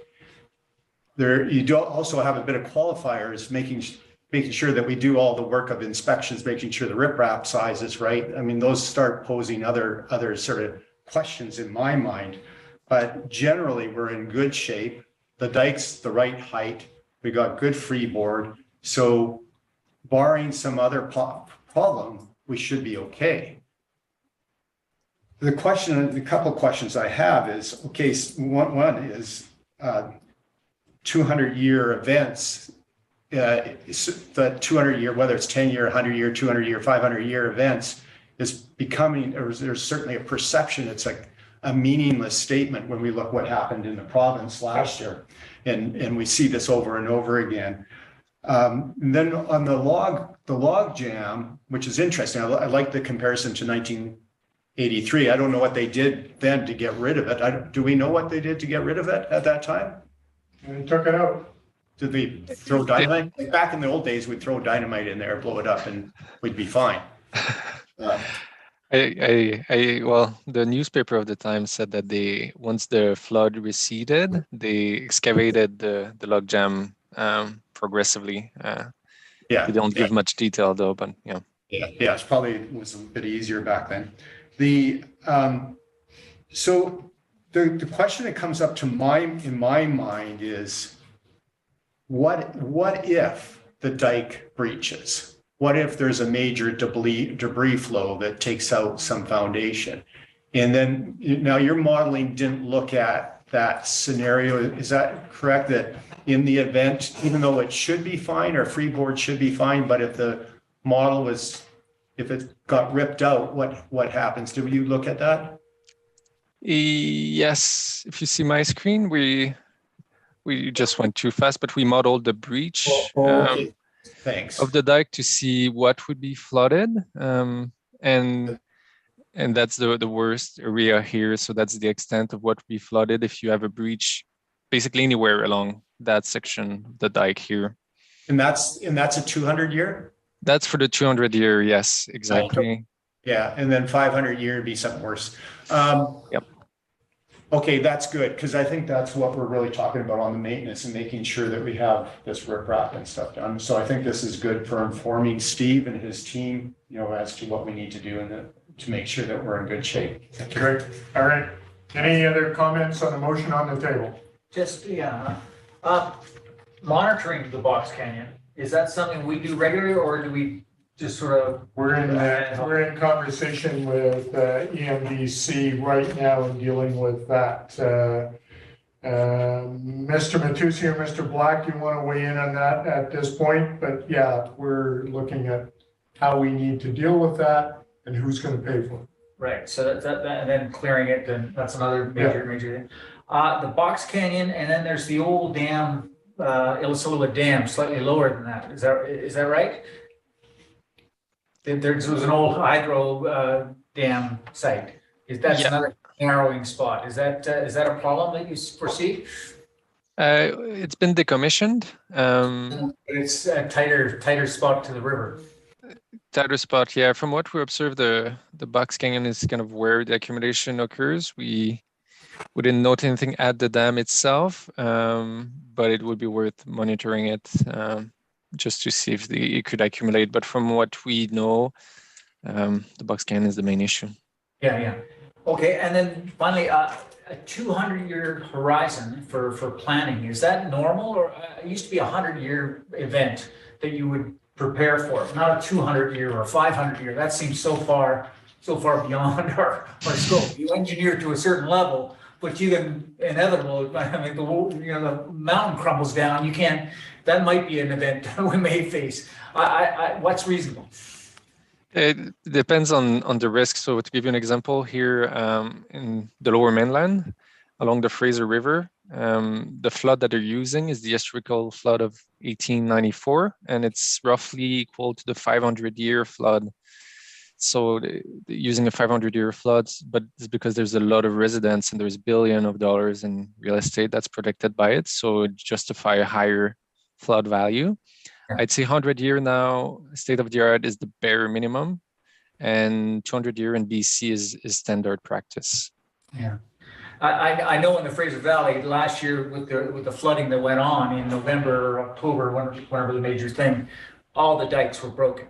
Or that was part of the problem. The dikes didn't get maintained, but their dike level was so insignificant compared to what we're in a good way right here in Revelstoke, just generally.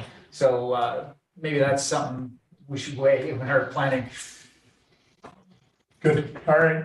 I'm going to call a question on the motion. Oh, one more question. You said you look at the abutments on the bridge.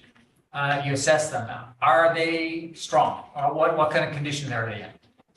So we didn't do a structural assessment of the abutment themselves. We surveyed them to make sure we would model them, their geometry, to really model the flow that goes through the abutment properly.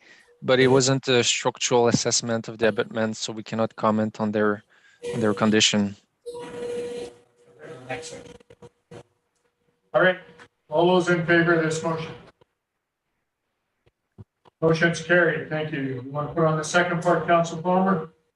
Mayor Sulz, I believe Mr. Simon isn't here right now, and this is a planning motion, and I was just wondering if we could defer this. I have questions on the planning, but exactly the structure of this going ahead. Mr. Simon, are you on the call still? Could you make comment? Yes, Your Worship, I am on the call. And just refresh my memory as to the nature of the question before. So there is a statement here in a motion that says, in the 1983 flood maps be updated for inclusion into the OCP. Through Your Worship, yes. So we could look at updating those maps and explore that. The current maps in the OCP have a little clause in them that indicates that they are for reference purposes and that future mapping updates could be included in the city's floodplain policy as well. So whether they're included in the OCP or whether they're included in the floodplain policy, we'll still make sure that we have the most up-to-date mapping for the city staff to utilize. Yeah, so that I guess that's the nature of my question, because I remember, Mr. Simon, you talking about how the new OCP allows for this sort of living document. And I just wonder if with the resolution, the way it's stated there, that it's included, it sounds a little bit more solid. I'm not even sure if it's even needed, the motion's even needed per se, because but the way the motion is right now, it sounds like it's going to be separate from all these other living documents, that it's ingrained into the OCP. That's my concern.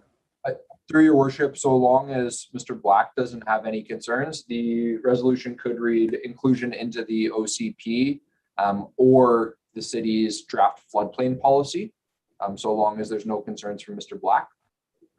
Mr. Black, comment? I think it's potato, your worship.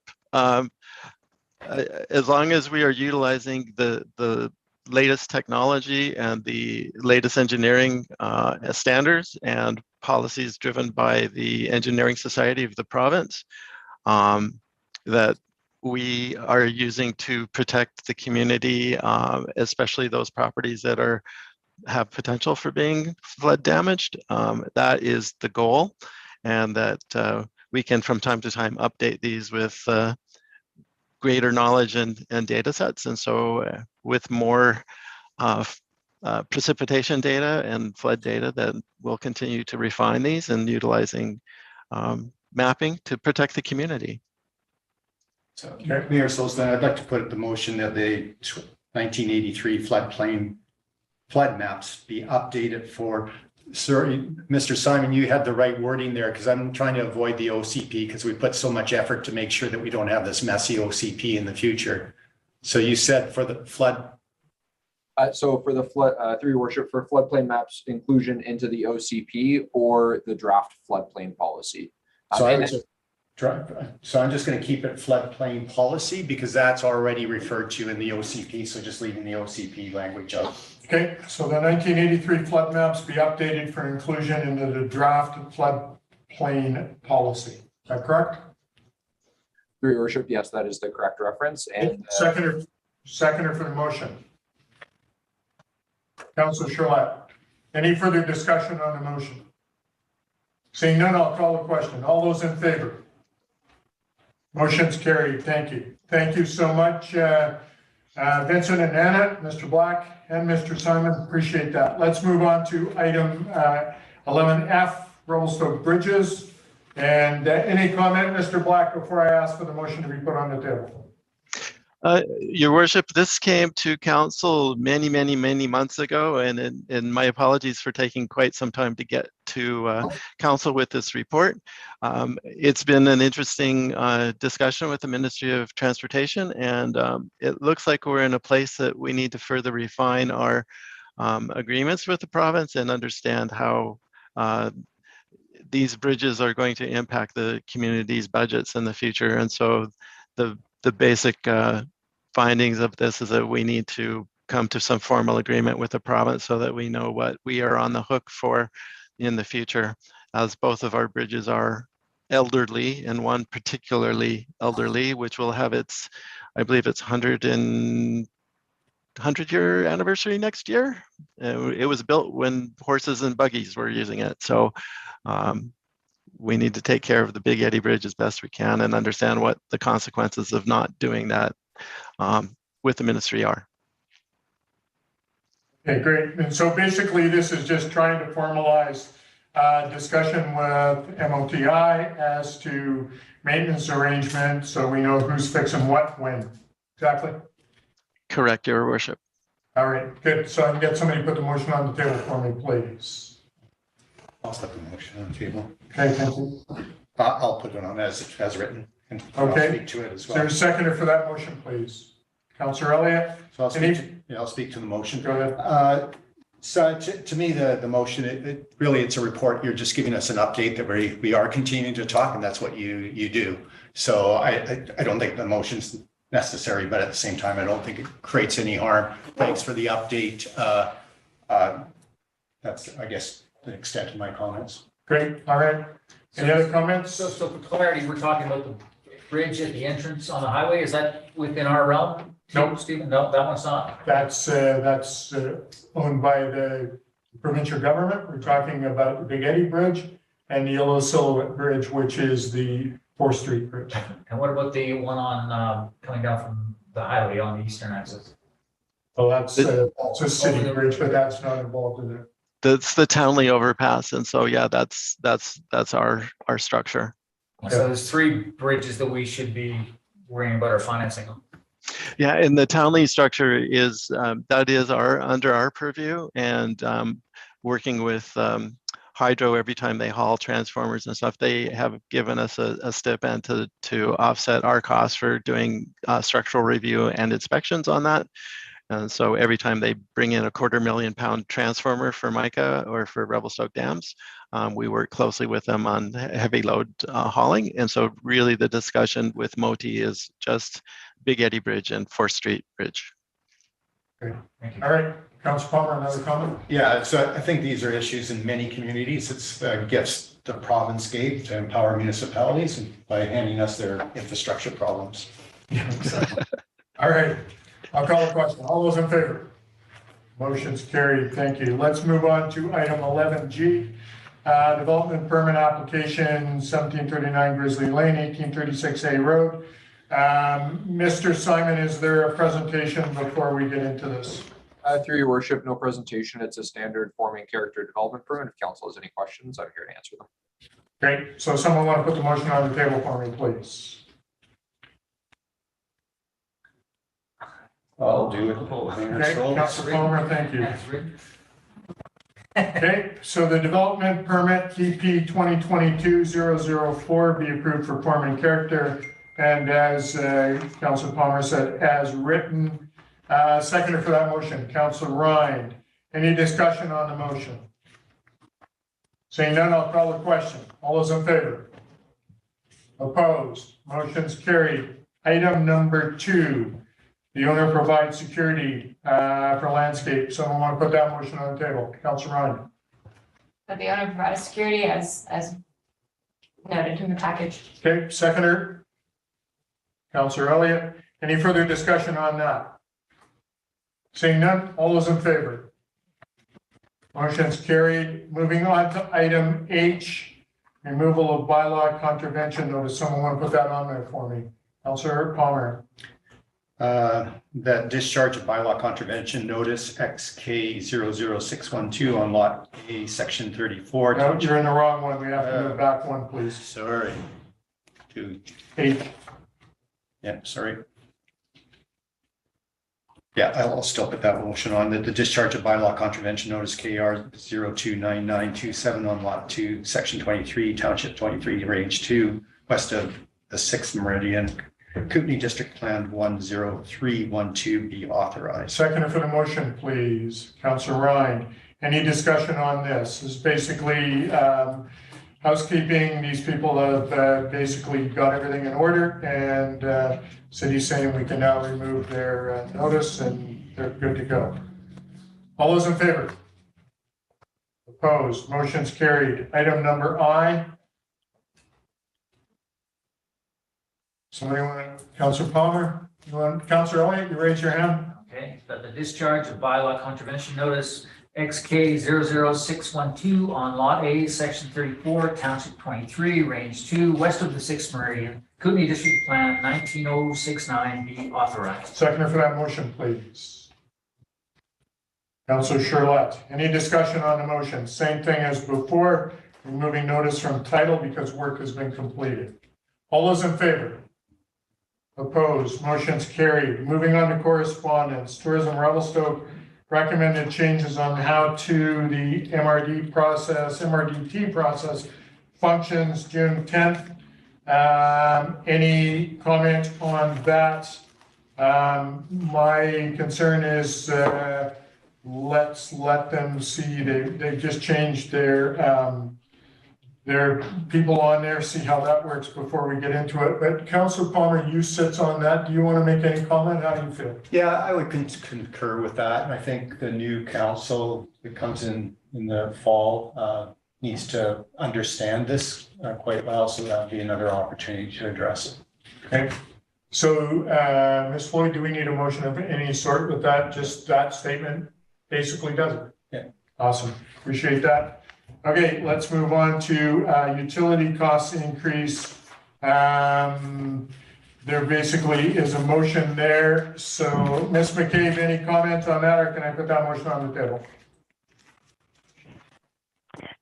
No, you can go ahead. I guess the only comment would be that multi-residential buildings actually already get a decreased rate. It's 80% of the full rate for a home. However, if that's whether or not that's sufficient or not, that rate's been like that for forever. All right. So, Councilor Palmer. Yeah, so just sort of interesting how we've been doing correspondence in the last few meetings. Normally, unless council's, highlighting one, it's basically information that's in our package. It feels ad hoc to be putting this in. So I think it's best just left alone, and staff can take a look at this, and because if we do these kind of things ad hoc like this, then it'll just get all over the map and not sure where we're going, kind of thing. So that'd be my concern. There's legitimate concerns here for sure, but I think that really the utility should be in consideration on how we do utility billing. So do you think we need a motion to refer to staff, or you're okay with it just leaving it and let staff deal with it? Yeah. Okay. Floyd, you're okay with that? Maybe, just a question, have they already dealt with that? Has it escalated to this? Is there only? Well, this is an overarching thing, so it's not about whether they dealt with staff. It's about staff looking at this and see if there's any validity to looking at the building formula. Councilor Palmer. Yeah, so just further to that, like if staff had, saw this and said, okay, this is something legitimate. Like, I'm not sure who this resolution is coming from, but if this was a staff recommendation, I'd expect a staff report and a couple options to go along with it. As to what's happening in conjunction with other things. So I think it's best just left at this time. Okay. I am appreciative of that. Well, I would just say, as long as the public has if they can't get resolution at the staff level, we're the last resort, right? No. Why are we not? No. I wasn't going to dispute that as the last resort. I'm basically saying he's written a letter, and so let's let the staff deal with it. Let it go through the process. Yeah. That would be the normal thing, right? But I just want, at least the public should know that if they do have a gripe and there's no resolution and it gets really ugly, we will hear them. Yeah, absolutely. We're hearing them now. So Mayor Sulz, I'll put a motion on the table that the letter of June 13th, 2022 regarding utility cost increases be referred to the finance department for consideration. Okay, good. Second for that motion. Councilor Elliott, any further discussion on that motion? Seeing none, all those in, Councilor Charlotte, did you have a comment before I call the question? Just a quick comment that we had been discussing utility billing for different business classes as well. That there seems to be the way we've charged utilities across different classes of property has been the same for quite a long time. And so I would hope, I'm supportive of the motion to refer it to staff, but I would hope this would be part of a comprehensive review of how we divvy up our utility billing across residential classes and business classes. I realize, again, we're not going to be able to get to 100% data until we have water metering, but an interim solution while we go on that path, I think would be an important conversation around affordability and equitability. Thank you. All right, thank you. Councilor Palmer. Yeah, so just further to the motion and Councilor Charlotte's comments, I'm already receiving fairly significant concerns from the business community on our utility rate increases. They're pretty massive this year and proposed for next year. And so you expect some more letters to be coming in from that. And so that's why, doing this ad hoc one at a time, we really do need to take a look at that big picture and what's fair. Great, appreciate the comment. All those in favor? Motion's carried. Communications, Grizzly Plaza Enhancement Committee meeting minutes of May 5th. That goes back a while. And of June 8th. Any comments on those? Councilor Charlotte. Thank you, Your Worship. I'll just make a quick comment before I have to run for the evening. I have really enjoyed chairing this committee. I recognize as we figure out our processes, it's an interesting journey, especially getting really good input from our community in a functional manner for some of these projects that might not seem as important in the grand scheme of things, but at the same time really do contribute to our sense of place and the accessibility and inclusion of our community. That work can take time to hold space for everyone to be able to speak, and I recognize that can be frustrating at times, but I am constantly reminded of how important this work is. So I'm very grateful for everyone's commitment and the committee's time to this project. I think, as you can see in the meeting minutes, there has been so much feedback on these various different ideas, and I look forward to our final meeting later this week as we look at some final options, and we will bring a recommendation back to council, and I look forward to that day. If there are any questions, I would happily answer them. Otherwise, I will take my leave of you and go do some more advocating for Revelstoke's transit system. All right, thank you. Enjoy. All right. Thank you for being down there and taking care of that. Appreciate it. Okay. Thanks so much, folks. Have a great evening. Great, you as well. Economic Development Commission meeting minutes of June 8th. Any comments? Seeing none. Map submission from Mr. Maltby, June 16th. Any comments? Seeing none. Any questions from the press? So, Ms. Rousseau, do you have any questions electronically? No questions, Your Worship. All right, I'm going to go to move to go in camera pursuant to section 90.1 A and E, the community charter. Someone want to make that motion? Councillor Ryan, seconded by Councillor Elliott. All in favor? Motion's carried. We will go in camera. We're going to take a couple-minute break and then we'll move on. Thank you.